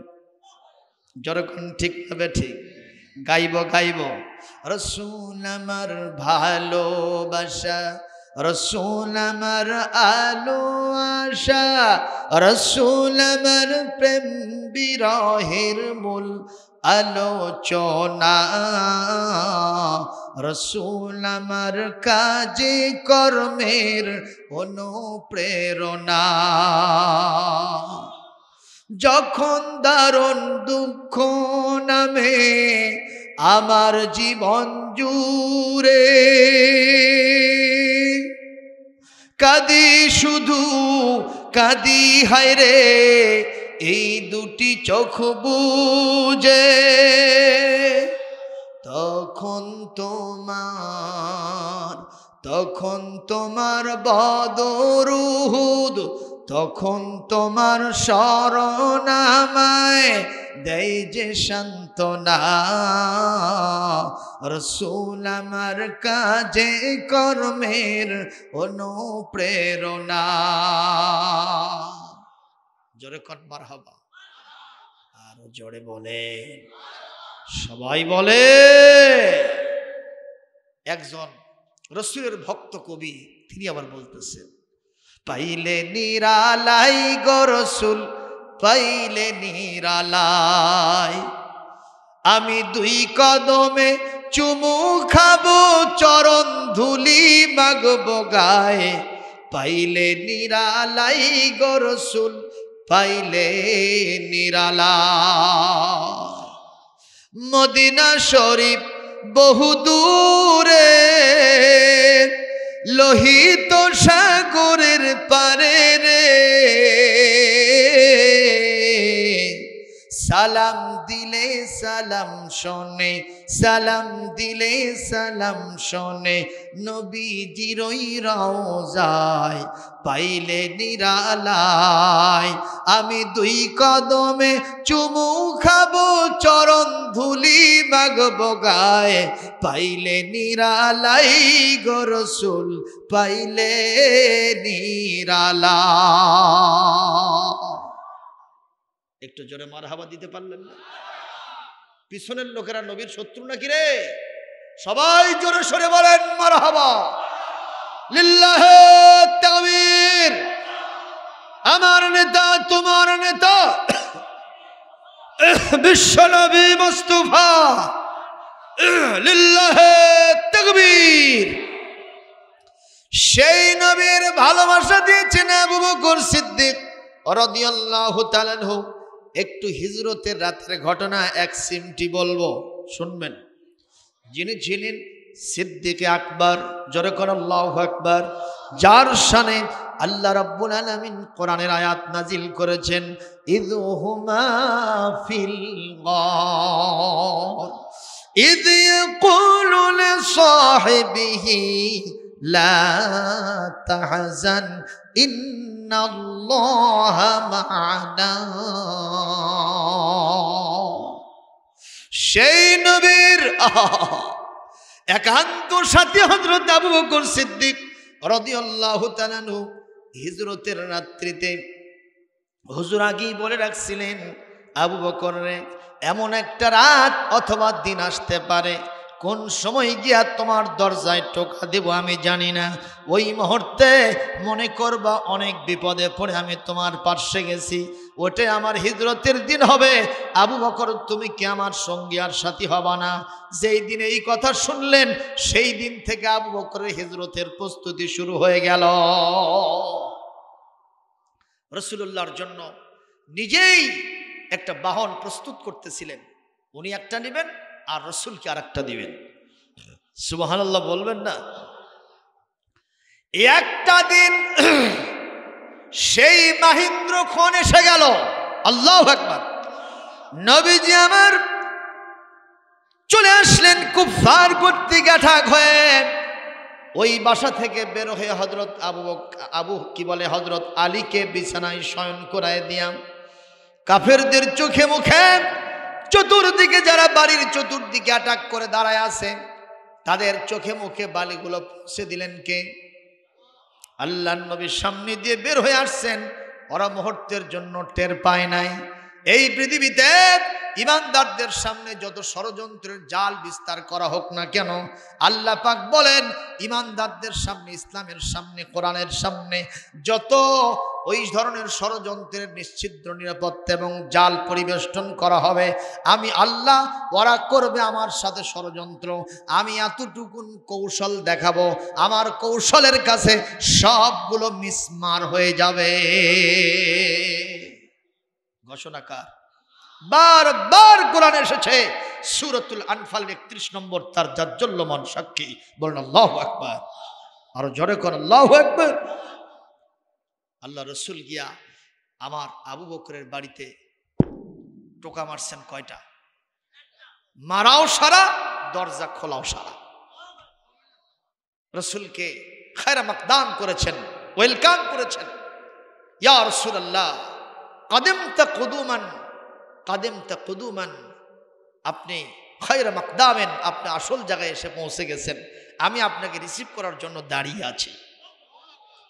এ আবু বকর, আমি তো তোমাকে ইনফর্ম করি না আজকে আসবো, কেন তুমি এই মুহূর্তে আমার সামনে দাঁড়ায় কিভাবে থাকলা?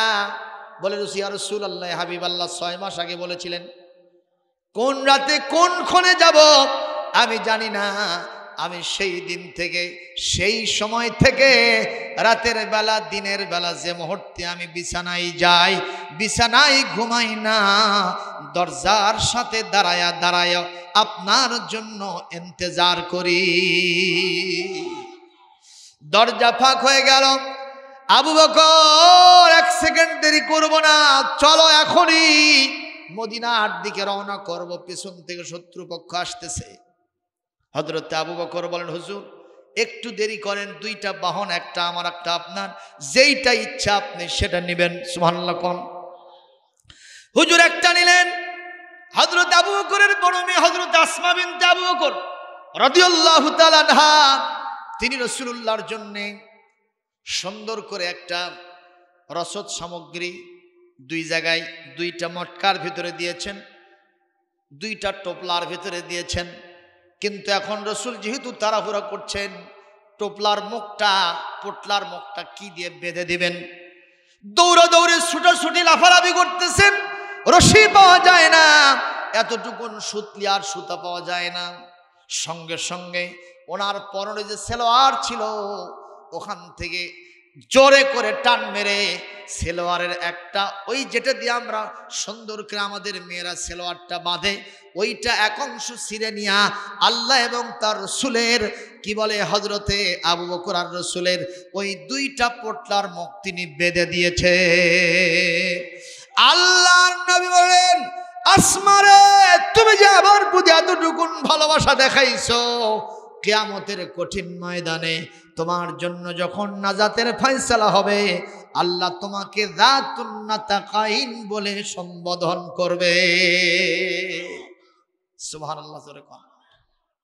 2 জনে ছুটছেন তো ছুটছেন, পিছনে শত্রুপক্ষ অ্যাটাক করতেছে। ভাইয়েরা, আমার নবী কি সন্ত্রাসী, চোর ডাকাত, বাটপার, চিটার, লুচ্চা গুন্ডা, নাউজুবিল্লাহ কোন?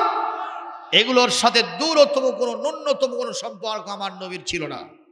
তাহলে সেই নবীকে মারার জন্য ছোটে কেন ওরা? What is the cause? কি কারণ, কেন ছোটে? মা ওয়াস সাবাব। এত বড় ভালো মানুষ আর তার পিছনে ছুটতেছে তাকে হত্যা করবে বলে। কারণ একটাই, আল্লাহ পাক বলেন ইউরিদুনা লিইউতফিউ নূরাল্লাহ, যারা অন্ধকারের কীট তারা আলোকে পছন্দ করে না। আমার নবী ছিল আলোর পক্ষে, ঠিক কিনা বলেন? আমার নবী ছিলেন মহান আল্লাহর নিজাম কায়েমের পক্ষে, আর ওই যারা অন্ধকারের পূজারী তারা ছিল শয়তানের বিধান কায়েমের পক্ষে। সুতরাং শয়তানের শক্তি আল্লাহর পক্ষের শক্তিকে সহ্য করবে না, এটাই স্বাভাবিক কথা। জোরে কোন ঠিক কিনা? কিন্তু লাভ হবে না, ঠিক না? ঠিক, লাভ হবে না। নবীজি সাল্লাল্লাহু আলাইহি ওয়াসাল্লাম ছুটছেন, নজর করে দেখলেন আমার রসুল অনেক অ্যাডভান্স করেছেন। পিছনের দিকে তাকায় দেখলেন আবু বকর তার বাহন নিয়ে অন্তত 20 হাত দূরে থমকে দাঁড়িয়ে আছে। হুজুর জিজ্ঞেস করেন, আবু বকর ওখানে দাঁড়িয়ে আসো কেন? কলিজার ভিতরে কি শত্রুর ভয় ঢুকলো নাকি? নাকি বিবি বাল বাচ্চার মহব্বত জাগলো? বাড়ি ঘরের মহব্বত কলিজার মধ্যে ডাকলো, জাগলো? কেন ওখানে দাঁড়িয়ে আসো থমকে? হযরত আবু বকর 2 চোখের পানি ছেড়ে দিয়ে বলছেন, ইয়া রাসূলুল্লাহ, ইয়া হাবিবাল্লাহ, যেদিন আপনার উপর ঈমান এনেছিলাম সেই দিন থেকে আজ অবধি পর্যন্ত, এই মুহূর্ত পর্যন্ত পৃথিবীর কোনো জাগতিক সম্পদ, বাড়ি ঘর, স্ত্রী পুত্র পরিবার, এমনকি নিজের জানের চাইতেও কলিজার ভিতরে আপনার আর আল্লাহর মহব্বত বেশি। তাহলে তুমি থমকে দাঁড়িয়ে আছো কেন? হযরত আবু বকর বলেন, হুজুর আমি আমার অন্তরের চক্ষু দিয়ে দেখলাম, আমি আর আপনি যখন আমার বাসা থেকে বিদায় হয়ে আসছি, আবু জেহেল এসে আমার বাড়ির দরজায় টোকা মারছে। আমার ছোট্ট মেয়েটি আসমা ওখান থেকে জবাব দিয়েছে, কারে চান? বলে, তোমার বাবার নবী কোথায়? আমার মেয়েটা তাওরিয়া করে আপনার জীবন রক্ষার জন্য সম্মানার্থে বলেছে, আমার নবী কোথায়, আমার বাপ কোথায় আমি জানি না। নবীর জীবন রক্ষার জন্য যদি কেউ মিথ্যা কথা বলে, এটা কি মিথ্যা হয় না সত্য হয়? কে সত্য হিসেবে গ্রহণ করেন? তিনটা জায়গায় মিথ্যা কথা বলা যায়, তার মধ্যে এটাও একটা। মারহাবা কোন?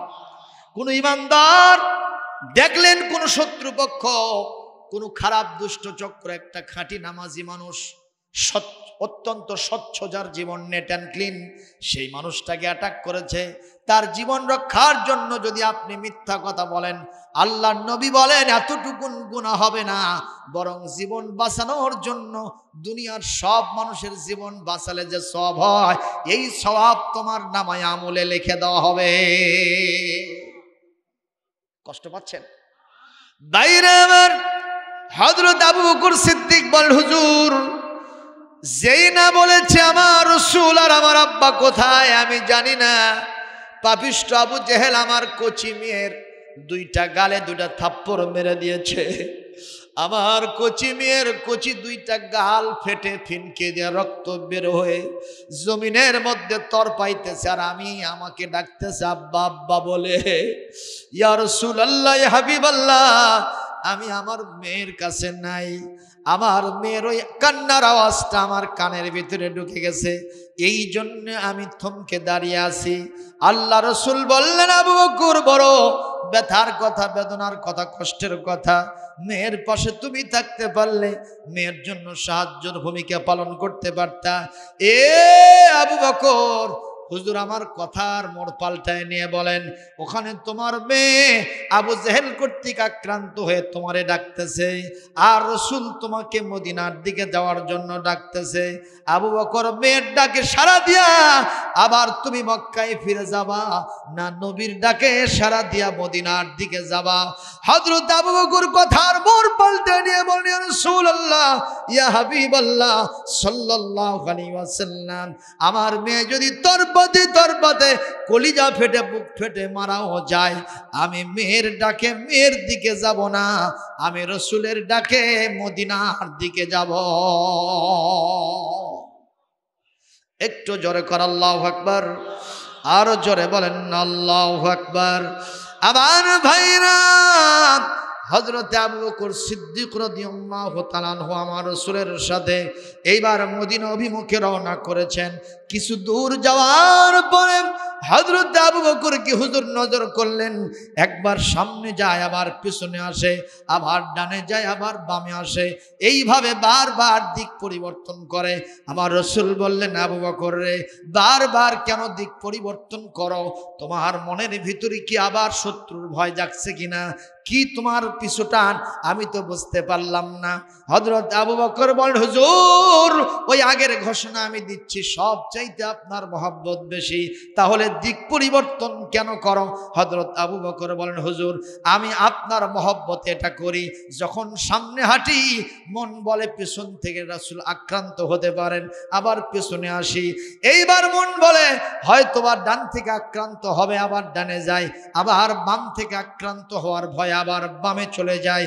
এই আপনার মহব্বত, আপনার জান রক্ষার জন্য বারবার দিক পরিবর্তন করি, আমার জন্যে মোটেও আমার চিন্তা না। জোরে কোন মারহাবা। সিদ্দিক আকবর ইবনে কুহাফা রাসূলের বিকল ছায়া ছবি, দিনের তরে কে আর এমন উজাড় করে দিল যা কিছু সবই, উজাড় করে দিল যা কিছু সবই। একটু মারহাবা দিবেন না? আচ্ছা, এই জাতীয় সিদ্দিকের সাথে কিয়ামতে যদি আপনার হাসর হয়, তাতে কি লস হবে? জোরে কোন? আবু বকরের সাথে কিয়ামতে থাকতে চান? বলি ইনশাআল্লাহ। তাহলে আবু বকরের মতো রাসূলকে ভালোবাসা দিতে হবে। সুন্নত নয় শুধু দাওয়াতের মেহমান, সুন্নত নয় শুধু খাওয়া শেষে মধু পান, আরো কিছু সুন্নত আছে তুমি জানো কি? জানলেও জীবনে কখনো তা মানো কি? ঠিক না বে ঠিক? ঠিক না বে ঠিক? সুন্নত নয় শুধু মেসরাতে যাওয়া, আরো সুন্নত হলো পাথরের আঘাত খাওয়া।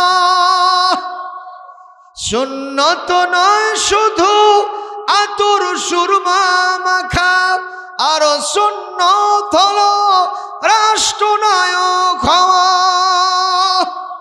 মুহাব্বতে তার খালিদ ওমর আলী, মুহাব্বতে তার খালিদ ওমর আলী, আবু বকরের মতো পাশে থাকো কি? সুন্নত নয় শুধু দাওয়াতের মেহমান, সুন্নত নয় শুধু খাওয়া শেষে মধু পান, আরো কিছু সুন্নত আছে তুমি জানো কি? জানলেও জীবনে কখনো তা মানো কি? দেখতে পাচ্ছেন না? এই সুন্নতগুলি মানতে গিয়ে আল্লাহর অনেক বড় বড় ওলিরা পর্যন্ত আজকে ব্যথিত, মজলুম, নির্যাতিত অবস্থায় আছে। আছে না নাই? গোটা পৃথিবীতে বিভিন্ন দেশে দেশে অন্তরের চক্ষু দিয়ে খুঁজলে আপনি পাবেন। ঠিক না বে ঠিক? তারা যদি আমার আপনার মতো সতের কানা বগলে হতো, ওই সব জেল জুলুম জরিমানা তাদের হতো না। মন খারাপ করবেন না সম্মানিত ভাইয়ের আমার। পৃথিবীর সকল ইমানদারদেরকে বিশ্বনবীর সুন্নতকে আবার টিকে রাখার জন্য ঘুরে দাঁড়াতে হবে। ঠিক না বে ঠিক? নচেত পৃথিবী যত কিয়ামতের দিকে এগিয়ে যাচ্ছে, আমরা যত এগিয়ে যাচ্ছে, পৃথিবীর অবস্থা তত লণ্ডভণ্ড হয়ে যাচ্ছে। আজকে এই সমাজের ভিতরে নারীদের বেপর্দা বেশি বেড়ে গেছে। ঠিক না বে ঠিক? কোন আজকে এই যে শীতকাল গেল, মেয়েরা অন্তত বাধ্য হয়েই কিছু গরম কাপড়, মোটা মোটা কাপড় পরছিল। এখন যখন গরমকাল নেমে গেছে, রাস্তাঘাটে, মার্কেটে, অফিসে, আদালতে, বিভিন্ন মোটেলে, বাগানে, গার্ডেনে, কলেজ ক্যাম্পাসে মেয়েদের দিকে তাকানোর সুযোগ নাই, রাস্তাঘাটে চলার সুযোগ নাই। তাকালেই জিনার গুনাহ হয়ে যাবে। কারণ এমন পাতলা ফিনফিনা আঁটুসাঁটো পোশাক পরতেছে, মনে হয় আস্ত শয়তান এখানে মহিলাদেরকে ফাঁদ হিসেবে বিস্তার করে দিয়েছে। ঠিক না বে ঠিক? কোন আমরা বলবো বাংলাদেশের কর্তা ব্যক্তি যারা, তারাও যেহেতু নারী, তাদেরকে আমরা অনুরোধের সুরে বলবো, কোরআন সুন্নাহর বিধান বাস্তবায়ন করে দেখেন, এই দেশ শান্তির স্বর্গরাজ্যে পরিণত হয়ে যাবে। জোরে বলে ইনশাআল্লাহ। আল্লাহ কোরআনে কারিমে বারবার বলেছেন, অকরনা ফি বুয়ুতিকুন্না ওয়ালা তাবাররাজনা তাবাররুজাল জাহিলিয়াতিল উলা। হে মহিলারা, জাহালতের যুগের নারীদের মতো পাতলা ফিনফিনে আঁটোসাঁটো পোশাক পরে বাইরে কখনো বেলেল্লাপনা করে ঘুরে বেড়িও না। যদি তোমার বাইরে যেতেই হয়, ওয়ালইয়াযরিবনা বিখুমুরিহিন্না আলা জুয়ুবিহিন্না ওয়ালা ইউবদিনা যিনাতাহুন্না। জোরে কর আল্লাহু আকবার। শুধুমাত্র থ্রি পিস পরলে হবে না, শুধুমাত্র থ্রি পিস পরলে হবে না, থ্রি পিসের উপরে আরেকটা পর্দা দিতে হবে, তার উপরে আবার বোরকা পরতে হবে। আমাদের দেশে কোনো মহিলা মারা গেলে কয় পিস কাপড় দেই? জোরে কন। মেয়ে মানুষের প্রতি কার কার আকর্ষণ আছে হাত তোলেন? কারোই নাই। ঠিক না বে ঠিক? মেয়ে মানুষের প্রতি একটা পাগলেরও আকর্ষণ নেই। কথা বলেন না কেন? ডেড বডি, লাশ, যার কোনো 4 পয়সার মূল্য নাই, মাটির খোরাক। ঠিক না বে ঠিক? সেই মহিলাকে আপনি 5টা পিস দিয়ে কবরে ঢুকাইলেন। আর যে মহিলা তাগড়া যুবতী, মাথা থেকে পা পর্যন্ত শিরায় উপর শিরায় যৌবনের রক্ত ধাবমান, টকবক টকবক করছে, বিপরীত লিঙ্গের প্রতি আকর্ষিত হচ্ছে, সেই মহিলাকে আপনি থ্রি পিস দিয়ে রাস্তাঘাটে কেমনে ছেড়ে দেন? কথা বলছেন না কেন? আমি ব্রেনে আঘাত দিয়ে কথা বলছি, একটু চিন্তার খোরাক দিচ্ছি। অবশ্যই শুধু 3 পিস দিলে হবে না, আবার 3 পিসও যারা পরে তাদেরও বেকায়দা, ঠিক কিনা? কারণ যেটা ওড়না আছে মাথায় দেয় না, বুকেও দেয় না, গলায় পেঁচায় রাখে। কথা কন না কেন? আবার এই অবস্থায় মোটর সাইকেলও চালায়, কথা বলে না বাবা। আবার দেখি পেছনে একটা যুবক কেউ নিছে। আগের জামানায় দেখলাম মহিলারা একদিকে পা দিয়ে মোটর সাইকেলে বসতো, এখন সবগুলো 2 দিকে পা দিয়ে পুরুষের মতোই বসে। অবশ্য বগুড়াই বসে না, আছে না নাই? আমি বলবো সেফটির জন্য বসতেছেন ভালো কথা, কিন্তু পর্দাটা মেইনটেইন করেন, পর্দাটা মেইনটেইন করেন। যেই স্বামী তার স্ত্রীকে নিয়ে এইভাবে ঘুরে বেড়াচ্ছেন, ওই স্বামীকে আল্লাহ পাক আগে জাহান্নামে ঢুকবে। কথা বলেন। যত পুরুষ মানুষের লোলুপ দৃষ্টি আপনার বিবির প্রতি পড়বে, সবগুলা জেনার ভার আপনার কান্দে চাপায় দেয়া সর্বপ্রথম স্বামীকে আল্লাহ আসামি বানায়া জাহান্নামে ঢুকায় দেবে, ঠিক না? ঠিক। এই জন্য স্বামীদেরকে সতর্ক করতে হবে। আপনার বিবি অ্যাবসলিউটলি কেবলমাত্র শুধুমাত্র ওয়ানলি ফর ইউ, আপনার জন্য। শুহাদা, শহীদ যারা হবেন, যারা আল্লাহর দিন প্রতিষ্ঠার জন্য, আল্লাহর নিজাম খাঁটি ইবাদত বন্দেগী গোলামি করার জন্য আল্লাহর শত্রুদের সাথে লড়তে গিয়া বিভিন্ন আঘাতে জর্জরিত হয়ে নিষ্পেষিত হয়ে জমিন থেকে জানটা দিয়া শাহাদাতের নজরানা পেশ করেছেন। তার ভিতরে সাইয়্যিদুশ শুহাদা হযরতে হামজার নাম আছে না নাই? তাদের সাথে আপনার হাসর হবে, সুবহানাল্লাহ কোন। কিরকম শহীদদের মর্যাদা! উহুদের প্রান্তরে জিহাদের ময়দান কায়েম হয়ে গেছে।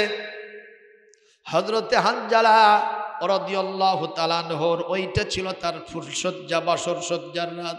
নতুন বিবাহ করেছেন, বাসর সজ্জায় গিয়া বিবির সাথে তিনি মুজামাআত করেছেন, মুবাশারাত করেছেন, বিবির সাথে তার সহবাস হয়ে গেছে।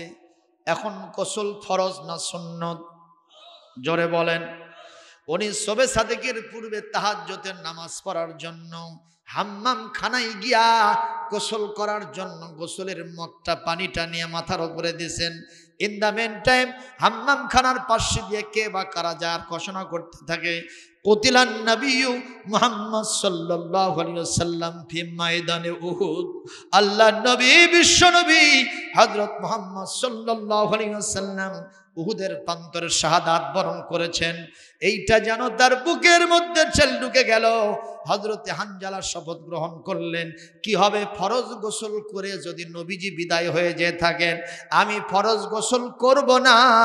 বিশ্ব নবীর সাথে যারা এই আচরণ করলো, তাদের এক একজনকে জাহান্নামে না পাঠায়া ফরজ গোসলের পানি গায়ে দিব না। গোসলের মগ ফেলে দিয়া জিহাদের ময়দানের দিকে ছুটে চলতেছেন। বিবিকে বললেন, আমার হাতে তরবারি দাও। বিবি বলতেছেন, আপনার ফরজ গোসল, আগে গোসলটা সারেন। উনি বলতেছেন, গোসল করব না, আগে প্রতিশোধ দেব নবীর পক্ষে আর ওই কাফেরদের বিপক্ষে। এক পর্যায়ে তরবারিটা নিয়ে ঊর্ধ্বশ্বাসে ছুটে চলছেন, আর পিছন থেকে বিবি দৌড়ায় আর বলতে থাকেন, আপনার গোসল ফরজ, কেন গোসল করেন না? এভাবে চলতে চলতে ময়দানে উহুদে গিয়া অসংখ্য কাফেরদের ভিতরে ঢুকে এক একজনকে তিনি জাহান্নামে আঘাত দিয়ে পাঠায় দিলেন। অসতর্ক মুহূর্তে একটা আঘাতের কারণে নিজের জানটা দিয়া শাহাদাতের পেয়ালা পান করে আল্লাহর জান্নাতে চলে গেলে। জিহাদের ময়দানের শেষে আল্লাহর নবী শুহাদায়ে উহুদ যারা আছেন তাদের লাশ মোবারকগুলি অ্যাসেম্বল করছিলেন, এক জায়গায় করতেছিলেন। হুজুর নজর করে দেখেন, এই মুহূর্তে হানজালার লাশটা নাই। কোথায় গেল হানজালার লাশ? তার স্ত্রী এসে বলছেন, হুজুর আপনার সাহাবী আমার স্বামী ফুলসজ্জার রাত্রিতে আমার সাথে সহবাস করার কারণে তার গোসল ফরজ ছিল, গোসলের সুযোগ পায় নাই। আপনার মহব্বত আর ভালোবাসায় উহুদের প্রান্তরে সে জানটা দিয়ে বিদায় হয়ে গেছে। ইয়া রাসূলুল্লাহ, আমি দেখতে পাচ্ছি শুহাদায়ে উহুদের কারো লাশ আপনি গোসল দেওয়াচ্ছেন না, কিন্তু আমার স্বামীর লাশটাকে অবশ্যই গোসল দেওয়াতে হবে। হুজুর পেরেশান হয়ে গেছেন, কোথাও হযরতে হানজালার লাশ পাওয়া যায় না। এক পর্যায়ে হুজুরের পেরেশানি দূর করার জন্য ওই আসমান থেকে শাঁ করে সাইয়্যিদুল মালায়েকা হযরত জিবরাইল নেমে এসেছে। এসে নবীজিকে সালাম দিয়ে বলছেন, ইয়া রাসূলুল্লাহ, ইয়া হাবিবাল্লাহ, হানজালার লাশ নিয়ে আপনাকে টেনশন করতে হবে না। আপনি দুনিয়ার জীবনে হানজালাকে দুনিয়ার সাধারণ পানি দিয়ে গোসল করানোর জন্য চেষ্টা করতেছেন, কিন্তু মহান আল্লাহ হানজালার এতই মর্যাদা দিয়েছেন যে হানজালা আপনার ভালোবাসার মহব্বতের কারণে গোসল করার সময় পায় নাই। সেই হানজালাকে আল্লাহ এতই মর্যাদাবান বানিয়েছেন, ফেরেশতাদের মাধ্যমে আরশে আজিমে নিয়ে গিয়া আল্লাহ রাব্বুল আলামিন ওই হাউজে কাউসারের পেয়ালার পানি দিয়া তার শরীরটা গোসল দেওয়াই আছে। এক পর্যায়ে আসমান থেকে হানজালা শাঁ করে ফেরেশতারা নিয়ে এসে আমার নবীর সামনে ফেলে দিলেন। আল্লাহর নবী তাকায় দেখলেন এখন পর্যন্ত হানজালার লাশের ওপর থেকে পানিগুলো বেয়ে বেয়ে পড়তেছে, আর এক একটা ফোঁটা পানির সুঘ্রাণ জান্নাতি ওই মেশকাম্বরের চাইতেও যেন সুগন্ধময়। একটু জোরে কি আল্লাহু আকবার বলা যায় না? ও মুসলমান, এই যে শুহাদায়ে জাত, তাদের সাথে কিয়ামতে যদি আমাদের হাসর হয়, লাভ না লস? জোরে কোন লাভ না লস? আমাদের ভাগ্য ভালো না খারাপ হবে? যদি এই ভাগ্য ভালো বানাতে চান, আল্লাহ এবং রাসূলের আনুগত্যের কোনো বিকল্প নাই। জোরে বলি আল্লাহুম্মা আমিন। সর্বশেষ সলিহিন নেককার মানুষদের সাথে আমার আপনার হাসর হবে। এ দুনিয়াতে ওলি আউলিয়ায়ে কেরাম, মুস্তাহিদিনে কেরাম, আইম্মায়ে এজাম যারা আছেন, তাদের লাইফ স্টাইল যা আছে সেইটা অনুসরণ করে চলবেন। সব সময় ভালো কাজের পূজারী হবেন, খারাপ কাজগুলোকে সব সময় হেটেট করবেন, কাজ থেকে বিদায় দেবেন। আল্লাহ পাক তার খাঁটি ওলি বান্দা, নেককার বান্দাদের সাথে আপনাকে হাসর দিবে। জোরে বলি আল্লাহুম্মা আমিন। আরো জোরে বলি আল্লাহুম্মা আমিন। কষ্ট হচ্ছে মুসলমান, কষ্ট হচ্ছে। আমি আর সামান্য সময়ের ভিতরে আপনাদের কাছ থেকে বিদায় নিব। একটু জিকির করেন সুবহানাল্লাহ ওয়ালহামদুলিল্লাহ। শেষ। আর জোরে লা ইলাহা সুবহানাল্লাহ ওয়ালহামদুলিল্লাহ। মহব্বতের সাথে আচ্ছা, সুবহানাল্লাহ ওয়ালহামদুলিল্লাহ। আসিয়া কালে প্রেমের খেলা, ফেরাউন দিল তারে কতই জ্বালা। হাতে পায়ে তারকে মারে তবু সারেন না এক আল্লাহ। জোরে লা ইলাহা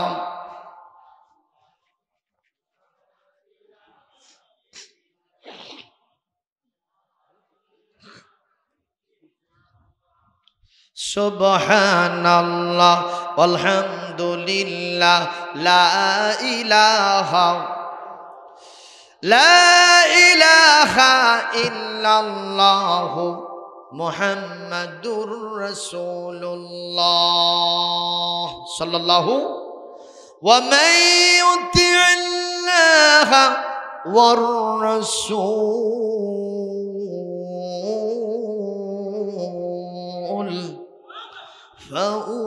فأولئك مع الذين أنعم الله عليهم من النبيين والصديقين والشهداء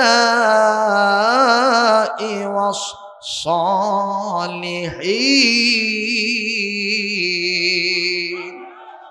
একটু জোরে কর আল্লাহু আকবার। ওয়া হাসুনা উলাইকা রাফিকা। কোরআনে কারীম সূরা নিসার 69 নম্বর আয়াতে আল্লাহ পাক বলেন, যদি তোমরা আল্লাহ আর তার রাসূলের অনুগত্য করতে পারো, নবীন, সিদ্দিকিন, শুহাদা, সালেহিনদের সাথে হাসর হবে, তাদের সাথে বন্ধুত্ব হবে। হাসুনা উলাইকা রফিকা, ওদের সঙ্গ, ওনাদের সঙ্গ যারা লাভ করতে পারবে ওরাই হবে সবচাইতে সৌন্দর্যের অধিকারী, সবচাইতে ভালো বন্ধু তারা দুনিয়া আখিরাতে পেয়ে যাবে। সুবহানাল্লাহ।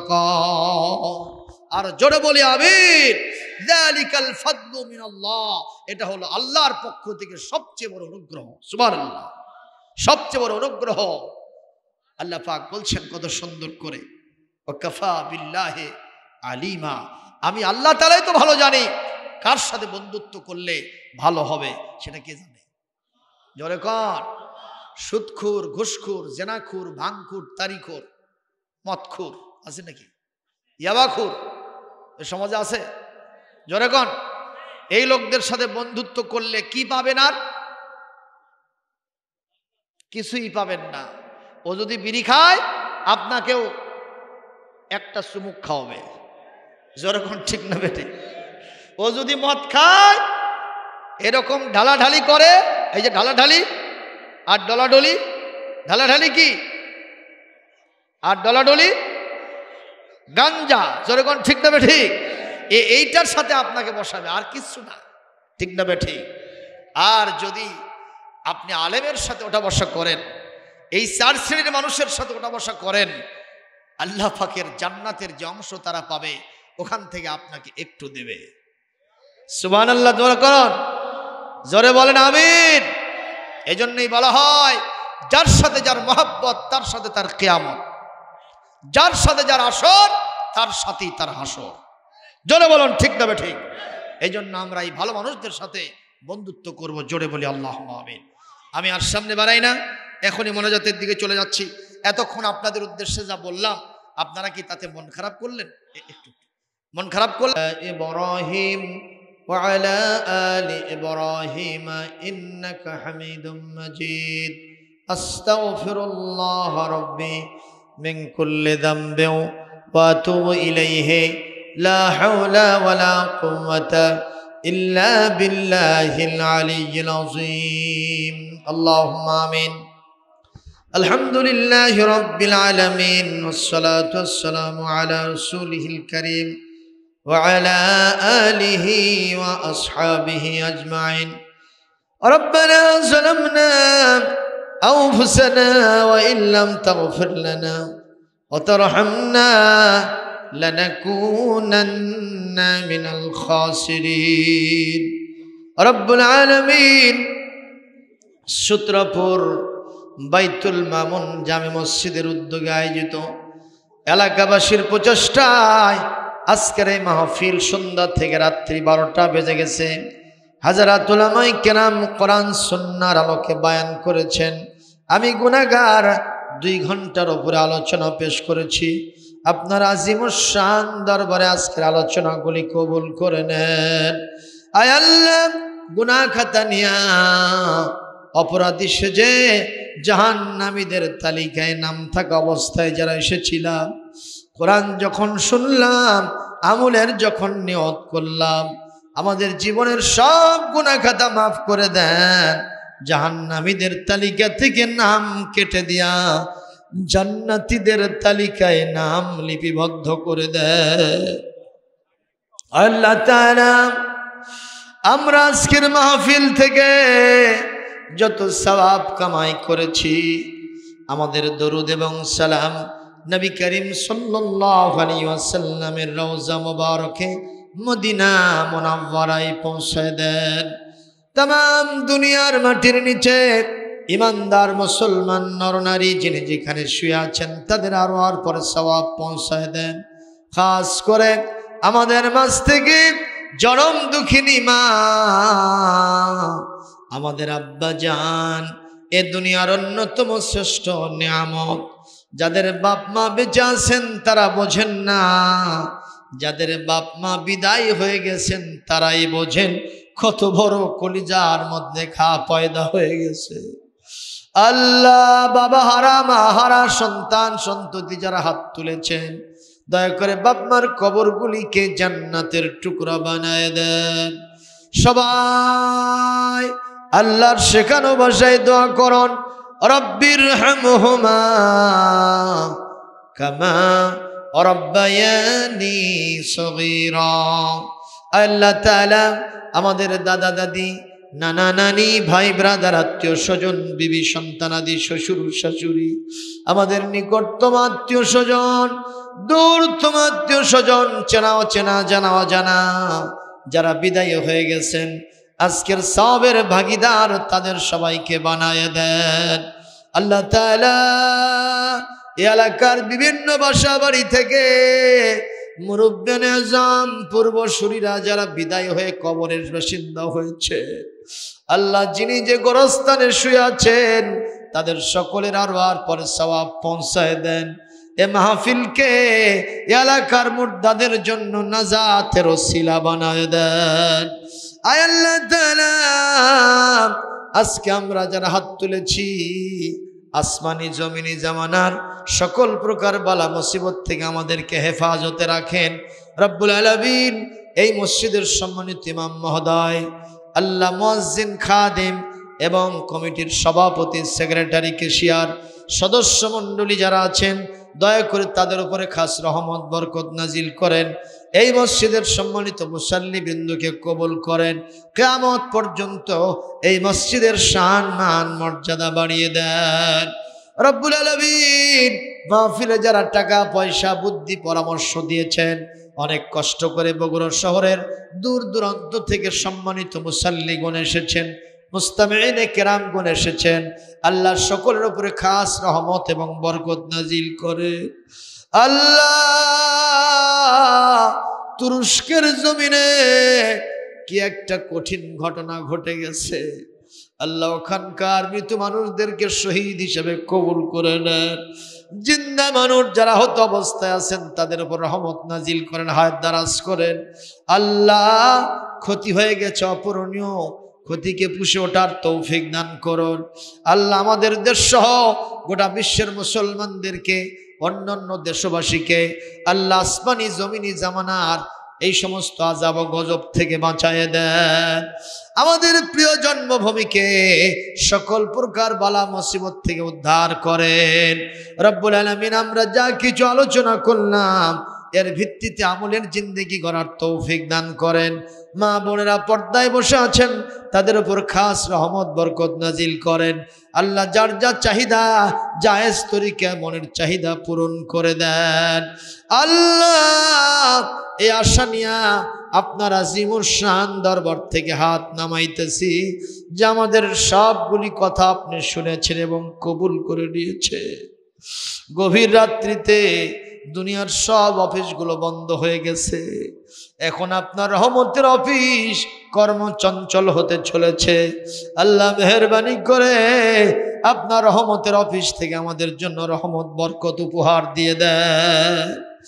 আল্লাহুম্মা বারিক লানা ফি শাবানা ওয়া বাল্লিগনা রমাদান।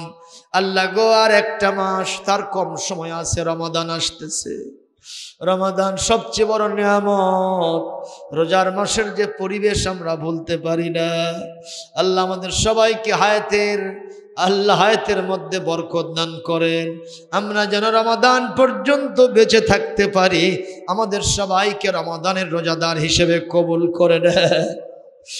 রব্বানা তাকাব্বাল মিন্না ইন্নাকা আনতাস সামিউল আলিম ওয়া তুব আলাইনা إنك أنت التواب الرحيم سبحان ربك رب العزة عما يصفون وسلام على المرسلين والحمد لله رب العالمين واجعل آخر كلمتنا عند الموت لا إله إلا الله محمد رسول الله